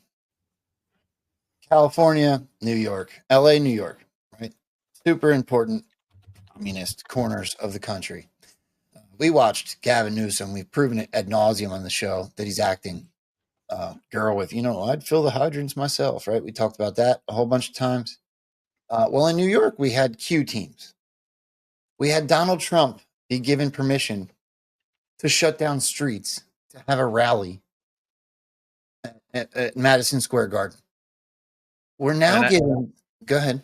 And at that rally, there was 30,000 people that could not get in, that stood outside 1960s styles and watched it on the television outside of Madison Square Garden. And they showed I'm not exaggerating, there was about 25 anti-Trump protesters there. So again, that's the difference between the media perception and the reality. So I'm just applying some things to this. First of all, it looks like a show to me, right? I mean, Fox News has a whole special right now going on Kami Mamdani. Like they're stomping this thing into the dirt. Mm-hmm. Well, this is a long shot take, what I'm about to say. But what if you inflate this Kami's numbers to the point that reaches the ones that really, really want to rely on the government and tax the rich, and you get them all out there with what's probably AI or paid supporters, just like they did with Kamala. Everybody remembers that, right? We saw cell phones that weren't even pointed at the right thing. There was like mountains in the background or whatever. The plane wasn't real. And what if he loses? I'm just saying, what if he loses, right? He's If he loses, you get it. If he loses, you get Andrew Cuomo. If he loses, you get people that go, something's wrong with our voting system. The numbers were so crazy. Why we need to look into Dominion and run back and all the things that we just read on that same post.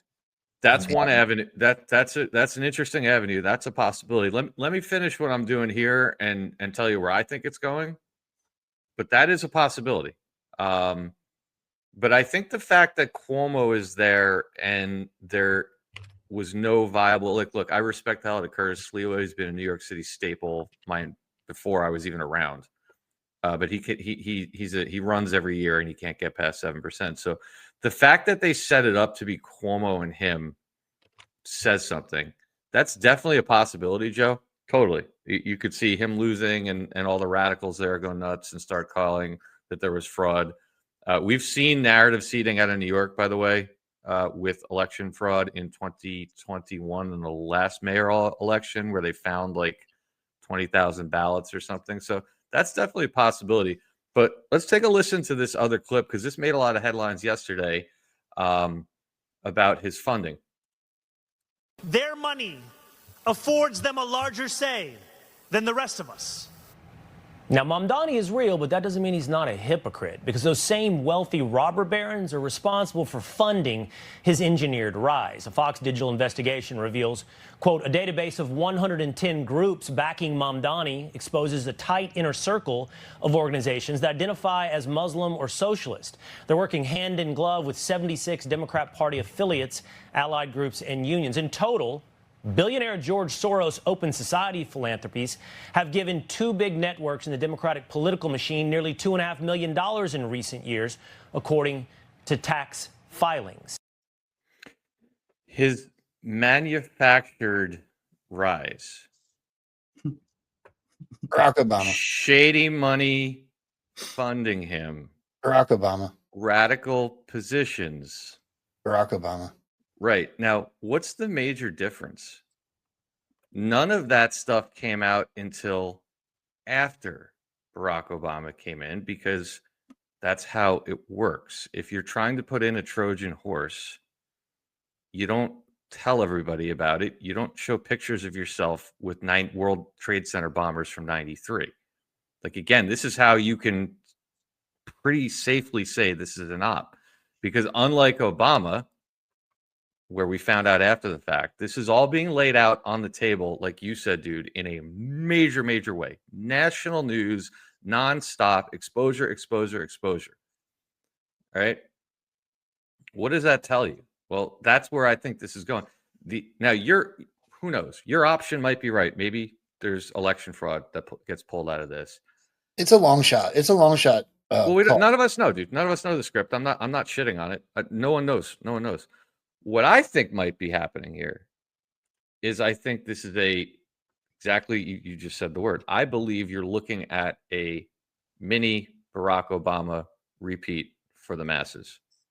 They're talking about his birth certificate, aren't they? Yes, they are. Barack Obama.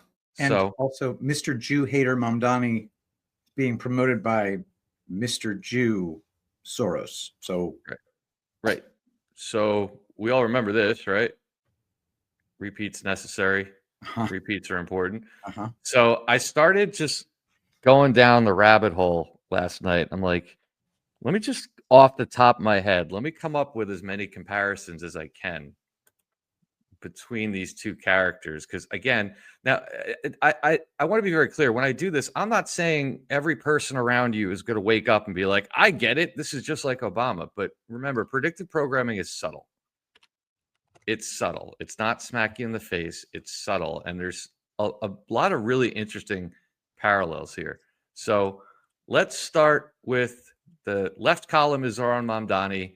Right column is Barack Obama. I can't believe I know this with where you were going. Go ahead. Yep. Patrick, would you please read the theme and then the connection of each? Theme, Afro-diasporic roots. Zoran Mamdani, born in Kampala, Uganda, naturalized U.S. citizen in 2018. Yeah, sure, bro. Barack Obama, born in Honolulu to a Kenyan father and an American mother. Theme: multicultural upbringing abroad. Zoran Mamdani lived in Uganda and South Africa, moved to New York City at age 7. Barack Obama lived in Jakarta, Indonesia, ages 6 through 10, before returning to Hawaii. Names with cultural meaning. Zoran Mamdani, middle name Kwame, honoring Ghana's Kwame Nkrumah. Barack Obama, middle name Hussein, reflecting Kenyan Muslim paternal heritage. Highly educated parents. Mamdani had father Mahmoud Mamdani, scholar, mother Mira Nair, filmmaker. Barack Obama, mother Ann Dunham, anthropologist, father Barack Obama, senior economist. Elite schooling and college. Zoran Mamdani, Bronx Science BA in Africana Studies from Bowdoin. Is Bronx Science elite? Yeah, Brock Science as a high school is an extremely high end, like intelligent high school. Yes. And then Bowdoin. And then Barack Obama, of course, Columbia, BA, Harvard Law, JD, first Black president of Harvard Law Review. And then early community-rooted work foreclosure prevention from Mamdani, and tenants' rights counselor in Queens. Sounds kind of like a community organizer almost. And then, of course, Barack Obama, community organizer in Chicago, Developing Communities Project. And then state-level legislator before bigger stage, went straight from, in the case of Zoran Mamdani, New York State Assembly member, Astoria, first elected in 2020, and then Barack Obama, Illinois State Senator, before ascending immediately to the United States Senate, and then the presidency immediately thereafter. I need to say to everybody, well, Dave and I touched on this briefly discussing, but I never saw this. When I started saying Barack Obama, I didn't know he was going to lay this out. Go ahead, Dave. Keep going. That's it. Continuing. Coalition politics in big U.S. cities. Mamdani, progressive multiracial coalition politics as New York City mayoral contender and nominee. And of course, Obama built diverse urban coalitions, vaulted from Chicago base to national stage. Religious identity in public life. Mamdani is openly Shia Muslim, a 12er, whatever that is. And then Barack Obama, Christian. Yeah, no, we know that's not true, but keep going. Christian background often discussed in public discourse. Now, I think he's great too, personally, but he's Christian and straight. Go ahead. Symbolic firsts, potential / realized. Mamdani, 2025 Democratic nominee for New York City mayor, if elected, first Muslim and first Indian American NYC mayor. And then, of course, Obama, first Black U.S. president. Rapid rise to prominence. Mamdani, first electoral win in 2020 to winning the 2025 New York City Democrat mayoral primary over Andrew Cuomo, now the nominee drawing national attention. I can't believe Cuomo lost the primary. It's so freaky. Obama, national breakout with the July 27th, 2004 DNC keynote. Won the U.S. Senate that fall, presidency in 2008. Good Lord, what a rise. What a rise. Controversial funding narratives, documented versus alleged.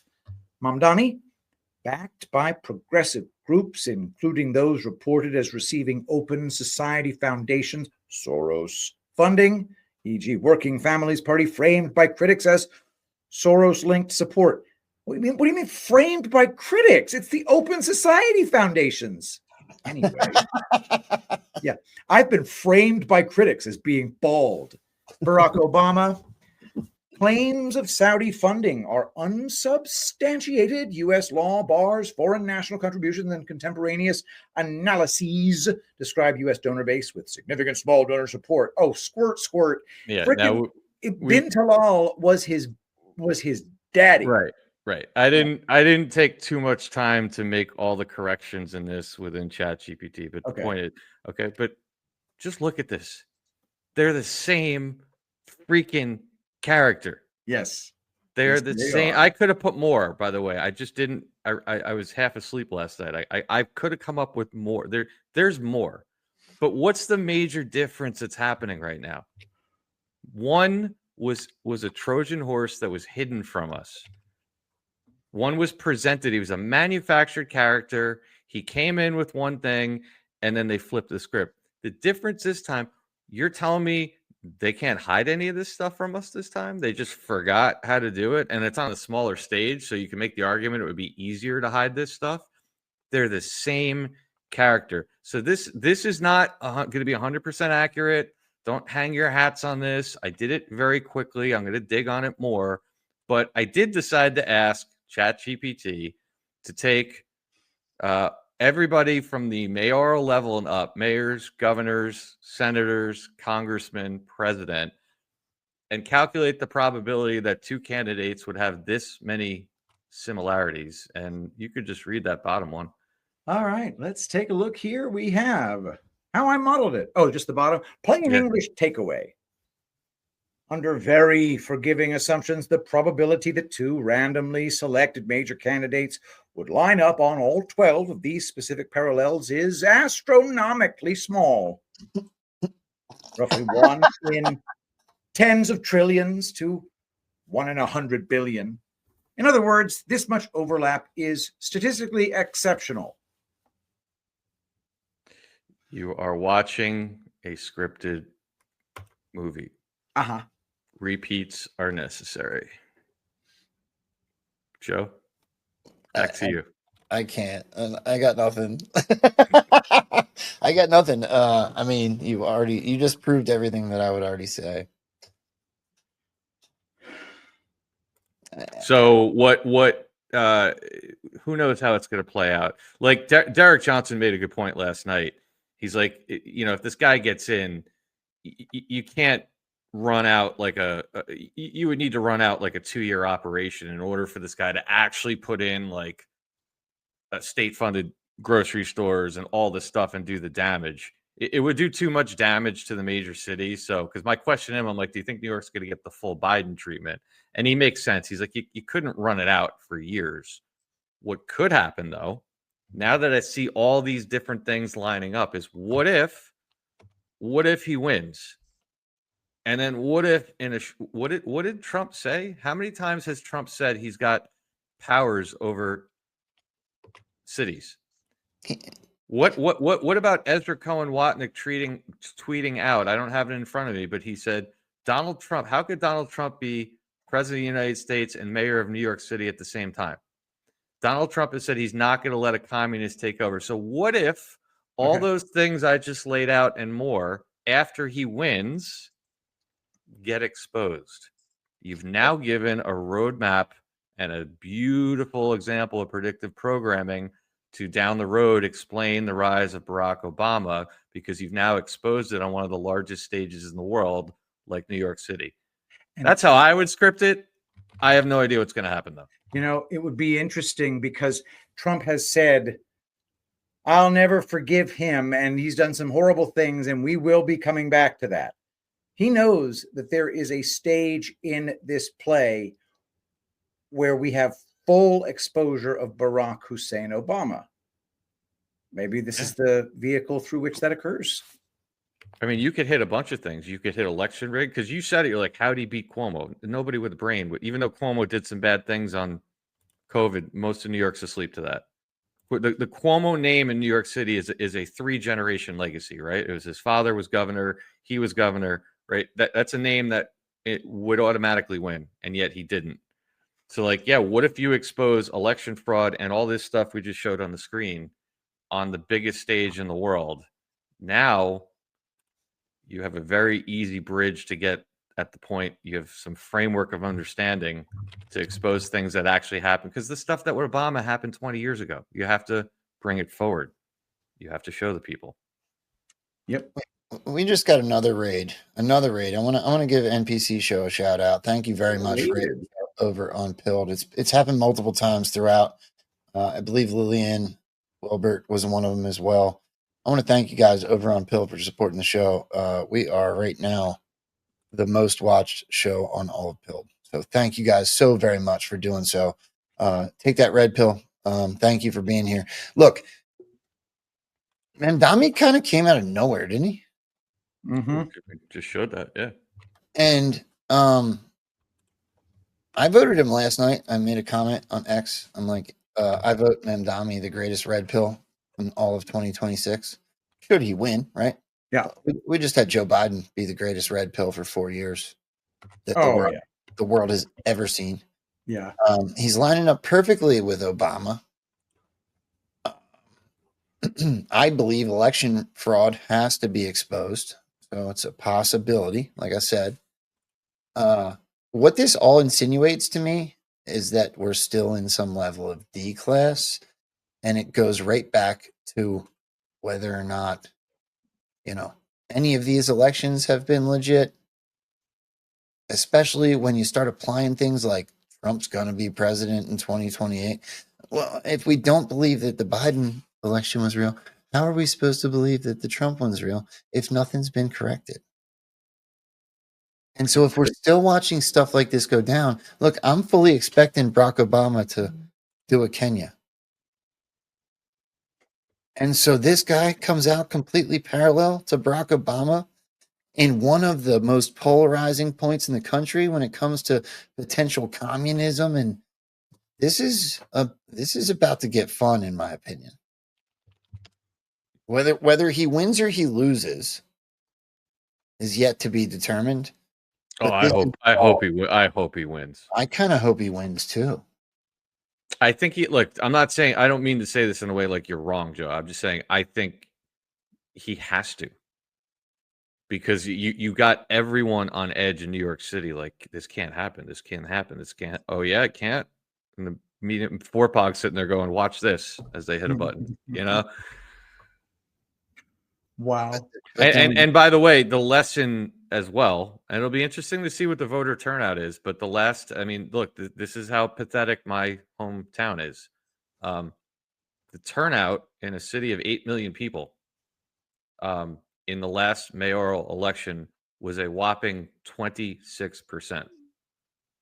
Only 26% of voters even showed up to vote for the mayor of their own freaking city. Maybe. So I think that's probably pretty common for New York, isn't it? Doesn't make it good. I think that's part of the point. Right. That's my point. How can you don't show up? This is what you get. Look, it happened with de Blasio. De Blasio got elected back in the day, and I couldn't walk out my door without some idiot complaining, and he was horrible. And I used to ask him, like, did you vote? Nope. Did you vote? Nope. Maybe next time. It's been a problem. And I'm not saying it's only in New York, but 26% of people, that's pathetic. Makes it very easy to cheat. Sure. It's even easier if they just don't even bother counting ballots because everything is rigged from the machines. Yep. Could that be why Trump's, if he was, should you believe that connection I made earlier that talked about the Runbeck and Dominion, and could that be why we're looking at it again now just before these elections? I mean, well, you have there's a few. I mean, that's the one that's being jammed down our throat. The other big one that I have a feeling it's going to come into play that I also believe is an op is the one in New Jersey. Jack Ciattarelli and then Mickey Sherrill, whatever they'll learn. I mean, look, there's another one. Not to beat this to death, but New Jersey, whether you like it or not, economically is one of the most important states in the country. It's a stronghold, and yet they had all these years to come up with a candidate, and they come up with somebody that was not allowed to walk at her naval graduation because she was involved in a cheating scandal. She's been sanctioned by Congress for insider trading, and she can't account for $7 million that she made while she was a congresswoman. And all this has been put on blast. Once again, I just ask, like, they forgot how to hide this stuff from us. It's all then you go down to Virginia, And you got the attorney general race where, again, the best guy they could come up with is somebody that has all these text messages of him calling for people to be murdered, his political opponents to be murdered. It's all a damn show. I don't know how it's going to play out. But it's like literally, it's like you tell me, did the Democrats sit down and say, hey, how do we sabotage every one of these races? Or is it the White Hats doing it? That's for everyone else to decide. What's cool is it doesn't matter. Either way, it's being exposed. And people are finding out, which is why I lean on White Hat. Either way, it's out there. Mm-hmm. Go back to your presentation. It's Barack Obama on the flip side. They're telling you first. Right. Right. Unbelievable. Well, Dave, are you wrapped up with that? I have one or two. Yeah, I'm good. I'm good. Funny things. I actually meant to show this when we touched on the Hillary stuff, being that today is Q's anniversary. This is from today. Take a look at this. As we're now also learning that $350 million has already been raised to pay for the ballroom. Hillary Clinton saying it's not his house, it's your house, and he's destroying it. He has a private personal office that's off to the side, and that consists of a back study, a dining room, a little pantry, and a bathroom. That's where every intimate encounter took place.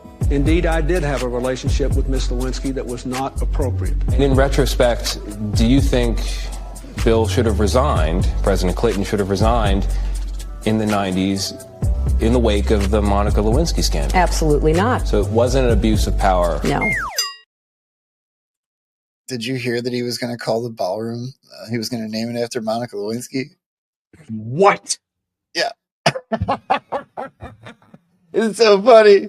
Did you Yeah, did you see the White House renovation page? Go ahead, you got it. Oh, dude, hold on. So they put up, you can go to like whitehouse.gov/renovation as it takes you to this about the White House, right? And it's showing you the timeline for building the ballroom. You know, you can see all this stuff right here. Then if you scroll down, it's got a major events timeline of the White House, right? So it starts in 1791 to 1800, designing plans commence. I'm not going to read all this. 1814 to 1824, the rebuilding after the War of 1812. 1824, the addition of the South Portico. 1830, the addition of the North Portico. 1902, the addition of the West Wing. 1909, the Oval Office. 1913, the Rose Garden. 1942, the East Wing. 1952, total reconstruction. 1973, addition of the briefing room. Now we go from 1973 to 1998, the Bill Clinton scandal. Oh, it gets better. It gets better. Bill Clinton's affair with intern Monica Lewinsky was exposed, leading to White House perjury investigations. Hold on, they're not done. Now we skip to 2012. The Muslim Brotherhood visits the White House. Obama hosts members of the Muslim Brotherhood, a group that promotes Islamic extremism and has ties to Hamas. The Muslim Brotherhood is designated as a terrorist organization by nearly a dozen nations. My God. Right? Then we go to 2020, and First Lady Melania Trump, overhauled the tennis pavilion. Then we jump ahead to 2023. Cocaine discovered in the White House. Oh my God! Right? During Biden's administration, a U.S. Secret Service agent discovered a small zippered bag containing cocaine in the West Wing entrance lobby. Speculation has pointed to Hunter Biden, an admitted drug user. Additional evidence includes a laptop seized in 2019, which contains photos of frequent drug use alongside emails about foreign business dealings, Ukraine and China, involving his father while he was vice president. Guys, this is on whitehouse.gov. You can look You this need up any more evidence that you're watching a movie? Right. Hold on, I'm not done yet. It keeps going. 2023 Trans Day of Visibility. The Biden administration hosts transsexuals at the White House in 2023 and goes on to establish the Transgender Day of Visibility on the same day as Easter Sunday in 2024. And then we get to the flagpoles, good stuff. the Rose 88 Garden. feet, 88, Rose Garden, 288. renovations, East Wing. This man has no shame. It's absolutely the most epic level of trolling you could ever possibly see. Oh my gosh. In I'm your surprised life. we haven't seen a major like pearl clutching story in the mainstream media about this. Well, it's because we control the media. But that story was just as much fun. Right, but look, Mike King. I always say this. He's the first one that always pointed this out. I always repeat this. He's right though. Like we always talk about, it's when you're trying to like understand, like do we control the media and many other things. It's like, what are they not talking about? So you're right, dude. They're reeing. All we're hearing is the ballroom, and Hillary Clinton made a hat that it's not his ballroom. It's your. And now we're getting tweets that are saying that I think it was Newsom or somebody that's saying whoever wins president's next has to commit to tearing down the ballroom. So you're getting all this manufactured outrage, and you're telling me nobody's picked up on this?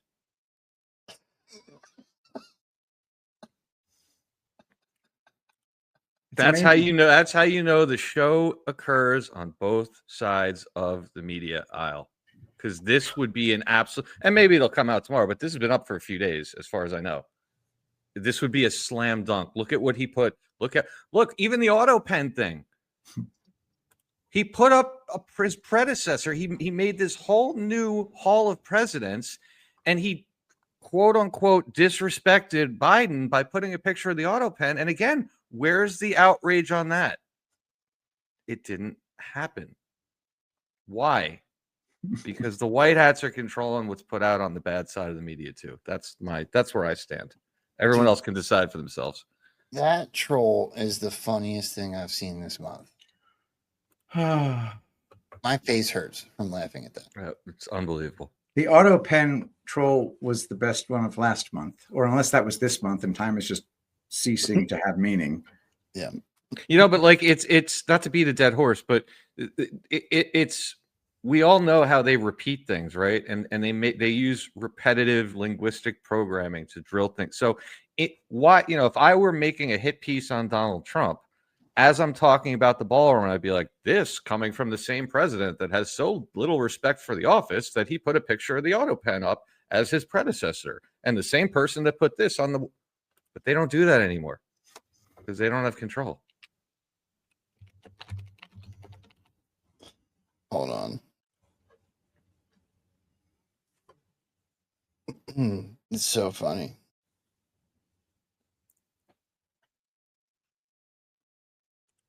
I wanted to see if I can find the story about naming the ballroom after Monica Lewinsky.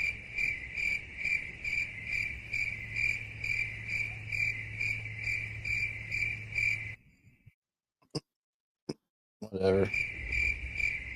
You really think that Q-drop number 894 is going to happen, Dave? When he's done, where he's going to claim Kenyan citizenship to escape? That was a bold claim. I think that actually there was Joe. While you're doing that, this was interesting today too. Did you see this? This is the BBC, and I find this interesting because they're publishing this yesterday. Oh my God! Prince Andrew hosted Epstein, Maxwell, and Weinstein at Royal Lodge. Does that picture look familiar to everybody? Yes, extremely familiar. Okay, and see what they're saying in the middle. The BBC has matched the trees and patio wall in a previously published image of the trio to other pictures of Royal Lodge. Why? They just figured that out today, and I showed you that it's not just the BBC. It made it to all these other things. That's that's this picture that we had. Thank 5 you. years I was ago. going to describe it, but you already got it. Straight out of the Post in 2020. Come on. The big sleuths, we just matched it up. We know where it is now. Okay, great, guys. Sure. Right. The mainstream media is not controlled. Or it's narrative seeding. Yeah, exactly. I found the story I was looking for. Good job. Yeah, it was Trump to name new White House ballroom after Monica Lewinsky. Truth behind viral post. It was a viral post that went down. It wasn't necessarily Donald Trump's decision to demolish the White House East Wing to build a $350 million ballroom has sparked criticism from the opposition. Former First Lady Hillary Clinton has been among the prominent voices against it. She slammed Trump in a tweet saying he is destroying the building. In response, right-wing social media handles shared a fake Truth Social post from POTUS in which he supposedly says that he is going to name the ballroom after Monica Lewinsky. So I don't know if it was real or was fake, but I saw it. I may name it. I'll tell you what I did see was Dan Scavino say, "Wait till you find out the name." I know that's legit, and that's why when I saw this, I thought it was real. I would be shocked if they actually did that. That would be so funny. I don't think they'll actually do it. I think that's information warfare. I think that fake post made by them after Dan Scavino made that post just to stir things up, especially with what you just showed us, which is so funny, by the way. Joe, I hate to do this. I have to actually bounce out of here because I have to be somewhere an hour away. Well, let's round it out. Do you have time to say your thank yous? Do you want to do that? Yeah, if you don't, would you mind? Yeah, we can wrap today. This has been a great show. All right, dude. Let me thank Annie BU for gifting a sub over here on NewsTreason, Cinders79 for gifting a sub, and Jersey Nikki for gifting 5. Thank you very much.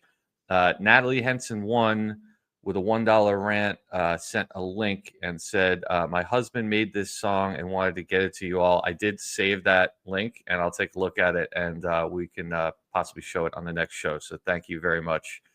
Cinders79 with a $1 rant says, Dala Hala, love watching you guys. Thank you, my friend. Micro Toolmaker came in gifting 10 subs and a $55 Rumble rant. Where we go one, we go all. Thank you, my friend. MedExam, good to see you with a $1 rant. Dala Hala for another great D-Class episode. Thank you, MedExam. BMCB37 with a $5 rant. The only thing I know about Derek Johnson was the screenshots of flight patterns. I just tuned him out and never really got anything out of that. Nothing against the guy. I'm sure he's a patriot. That's fair enough. Absolutely. And he does do a great job tracking the planes. That's for sure. All good, brother. Stuart Thans, 45 with a $10 rant. Support for Dave's bitching. Thank you. You don't seem that bitchy to me today, man. I don't even know what that's about. No, somebody was. Patrick and Rambo would know when I'm bitchy because I can be. You seem great today.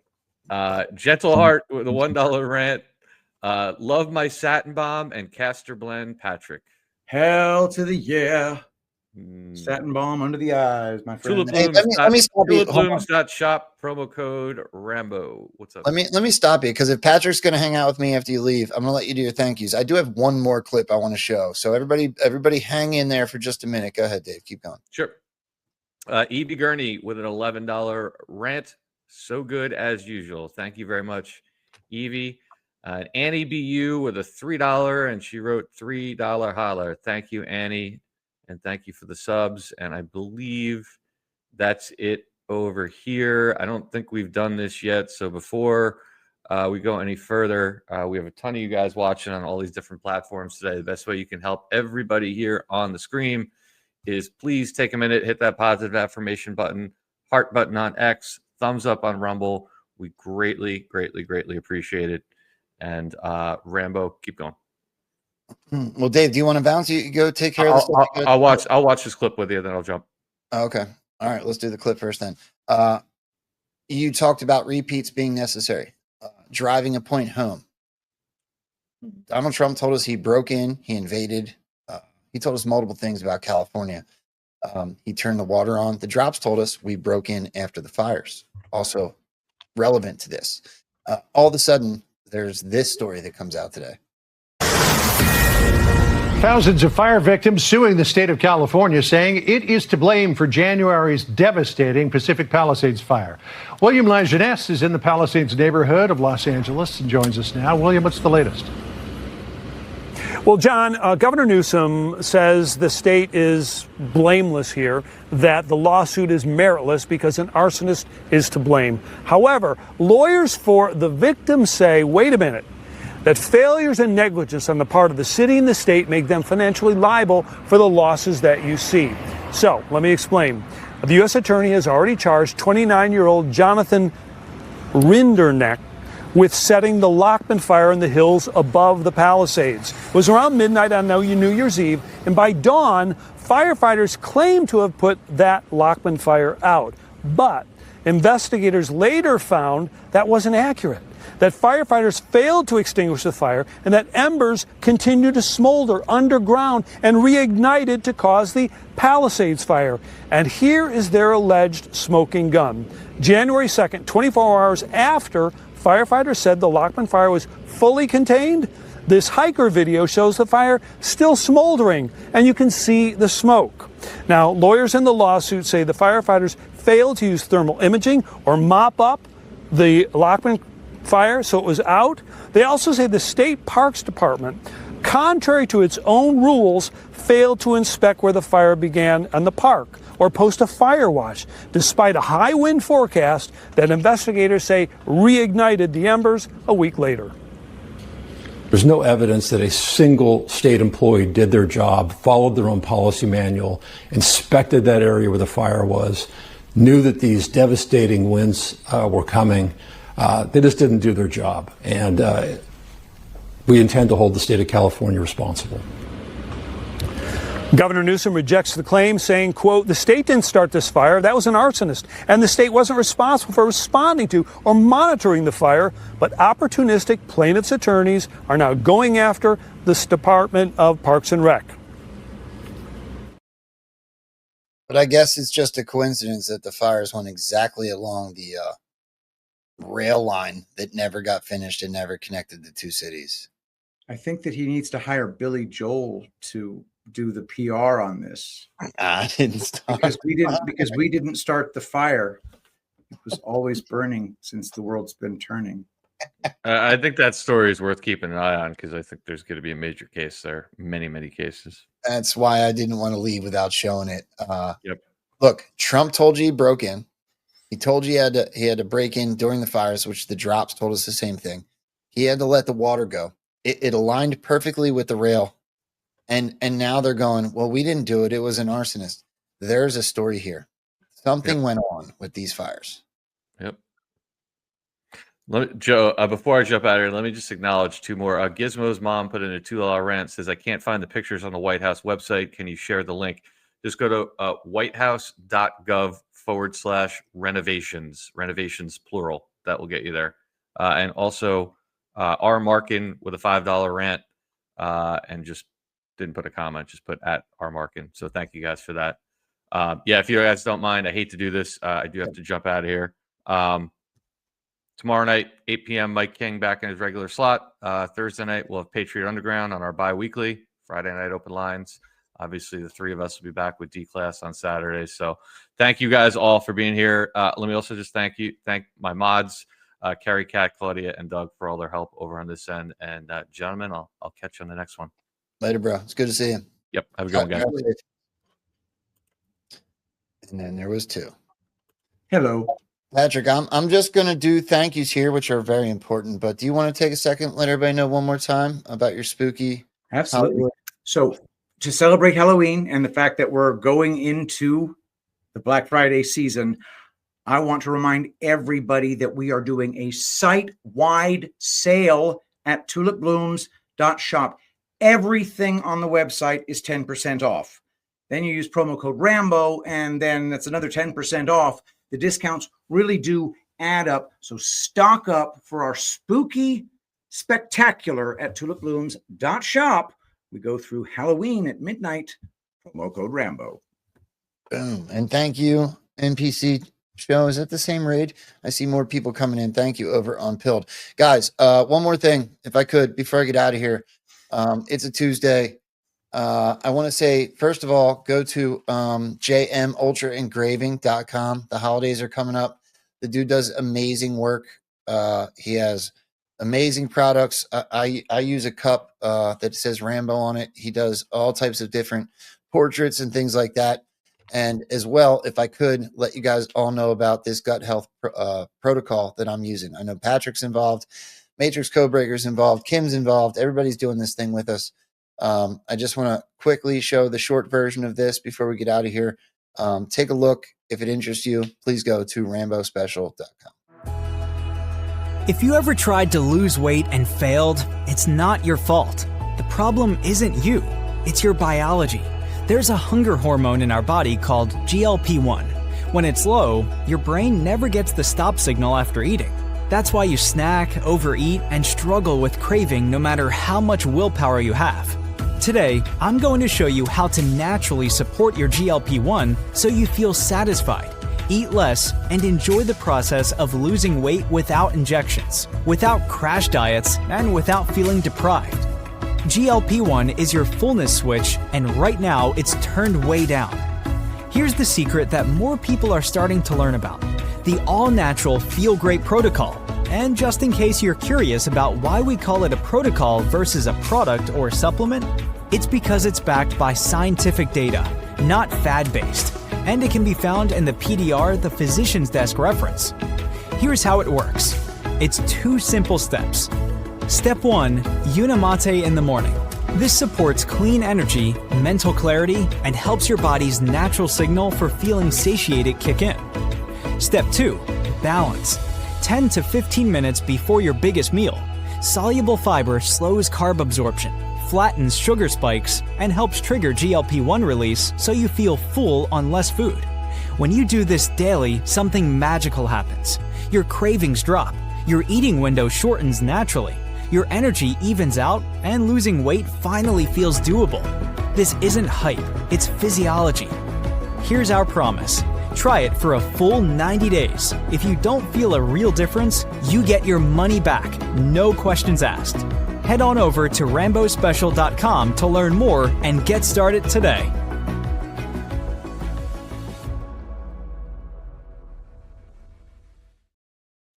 Boom.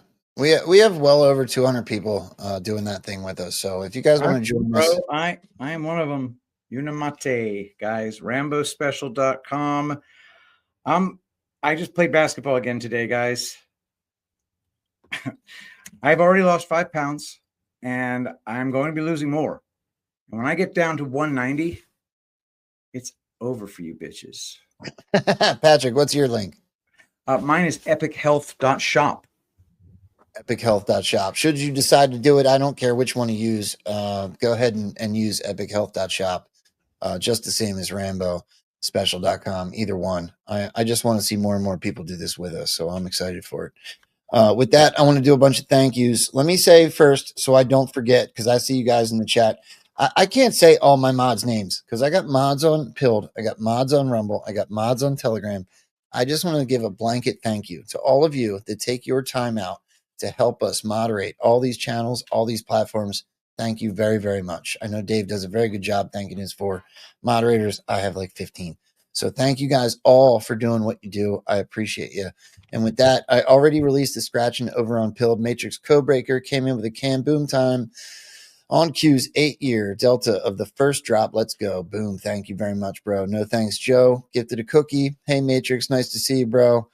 Carrie Lake gifted 117 gold pills. Thank you. Matrix Codebreaker again came in with a can. 8-year Delta for Q. 9-year Delta for Durham. 8 and 9 years. That's 17. That's not a quinkadink or not, which is interesting because Trump just said that today.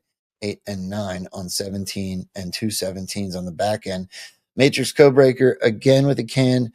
Trump said 12 days. 1,700 criminals. 12 wrote out is on drop. 2171. Look at those numbers. They match what Trump said. 12 and 17 drop. 2171 anagrams. 1217 match. 2171. Matrix, bring this on Thursday so we can just show everybody. Panic in DC. Statements start a fire. 12 moves ahead. Suicide watch. Q booms. My man. Don Ritchie, 17. 3 gold pills. Okay, good. So that got into the scratching. Let me make sure I didn't miss anybody. Okay, and over on the Rumble side, guys, while I'm scrolling, hit the thumbs up if you're watching on Rumble. My channel, Dave's channel. Is this up on your Rumble, Patrick? It is. Yeah, hit the thumbs up on Patrick's channel. If you're watching on Pilled, hit the heart or hit the red pill. If you're watching on X, hit the heart, drop a comment, share the show. 257, $1 rant. Patrick, is the hand wash going to be back? Is it legit? It is legit your best product as a body wash. Hand wash is going to be back, but not this year. We're going to have soap. We're going to retool the soap line. It's just a real bit of transparency here. Soap is a much lower margin proposition. So until we're a leaner, meaner machine here, as in our processes are better streamlined, soap is going to be trickier to bring to market and not lose money on it. Understood. Walker 75, $10 rant. Today's show has been a great time with some good laughs. I love you guys. Yeah. I think it should be fun. We should be having a blast at this time. I think we have entered the we're going to win so much. We're going to get tired of winning phase. So we should be laughing, right? Simon says, Florida $1 rant. Q2, October 28, begins with Mockingbird. Discuss HRC, Soros, Obama, etc. Ends with Mockingbird 10/30/17. Q13, October 30th, 2017. Think about the timing of POTUS traveling to China. Eyes on. Boom. I think we touched on that. But good recall, Simon says. JSTX99, $1 rant. Trump used Adam Schiff to put whistleblower protections in. They also overturned rape statute of limitations in New York for Trump case, Cuomo, Diddy, etc. rape cases. Interesting. Eyes on. JSTX99, $2 rant. Hill of Tara, please look up an image. King of Judah sits on a stone of destiny. King Trump's 88 comms. Love the show and tulip blooms. Boom. Thank you very much. Simon says, Florida again, $1. Stretch alert. My issue with Drop Zero has always been the EST designation. October 30th has always been DST, not EST. Okay. What he means is EDT, not yes. EST. But DST is also the abbreviation for daylight savings time. And it is very true. EST is not, well, I don't know. When was the switch? Because we're having a switch over back to standard time on Sunday. So how do you know? I'm going to have to look at that. Yeah. To be honest, I haven't looked into that that's the first time I've heard that. I'll have to look. Stuart Fans 45 gifted $10 for tampons for Dave. Why did everybody pick on Dave today? I didn't even think he was whining. I think he did a great job. Micro Toolmaker, $55 Rumble rant. Where we go on, we go all. Thanks, brother. You know I love you, dude. M Zimmer, 369, $10 rant. If where we go on, we go all is true, how do we, the Anon community, reach out to those in our neighborhoods that are not Anons? We help each other so much. What do we do for those that are hurting? Dems do it. I don't know that I understand that last portion where you said Dems do it. But I can tell you what I do is I go out and I listen to people. I listen and then I give feedback according to how I believe their demeanor is, right? So I've had these conversations with people that don't want to hear anything, in which case I will buy them a drink and keep it moving. I've been in conversations with people that tell me how they're hurting, and I try to give them hope. I've been out and had conversations with people that are questioning what's going on, in which case I will start to give a little bit of information and feel the conversation out. And should it go in that direction, I'll start dropping bombs on them. Patrick, do you do this? I do. I think it's a give and take. You got to allow people to go through their process before you got to at least try to understand their process before you can have these deep conversations. Doodles for Love, $1 rant, $1 holler. Thank you so much. And Jackie's Bluebird, $1 holler for Q's anniversary. Boom. Thank you guys all so very much. Patrick, final thoughts, buddy. Where can everybody find you? What do you got coming up? Check me out, P Gunnels, the Rumble channel. If you're not watching it now, go over there right now. Hit the like button if you can. P Gunnels on Rumble. I'm P Gunnels1 on Twitter.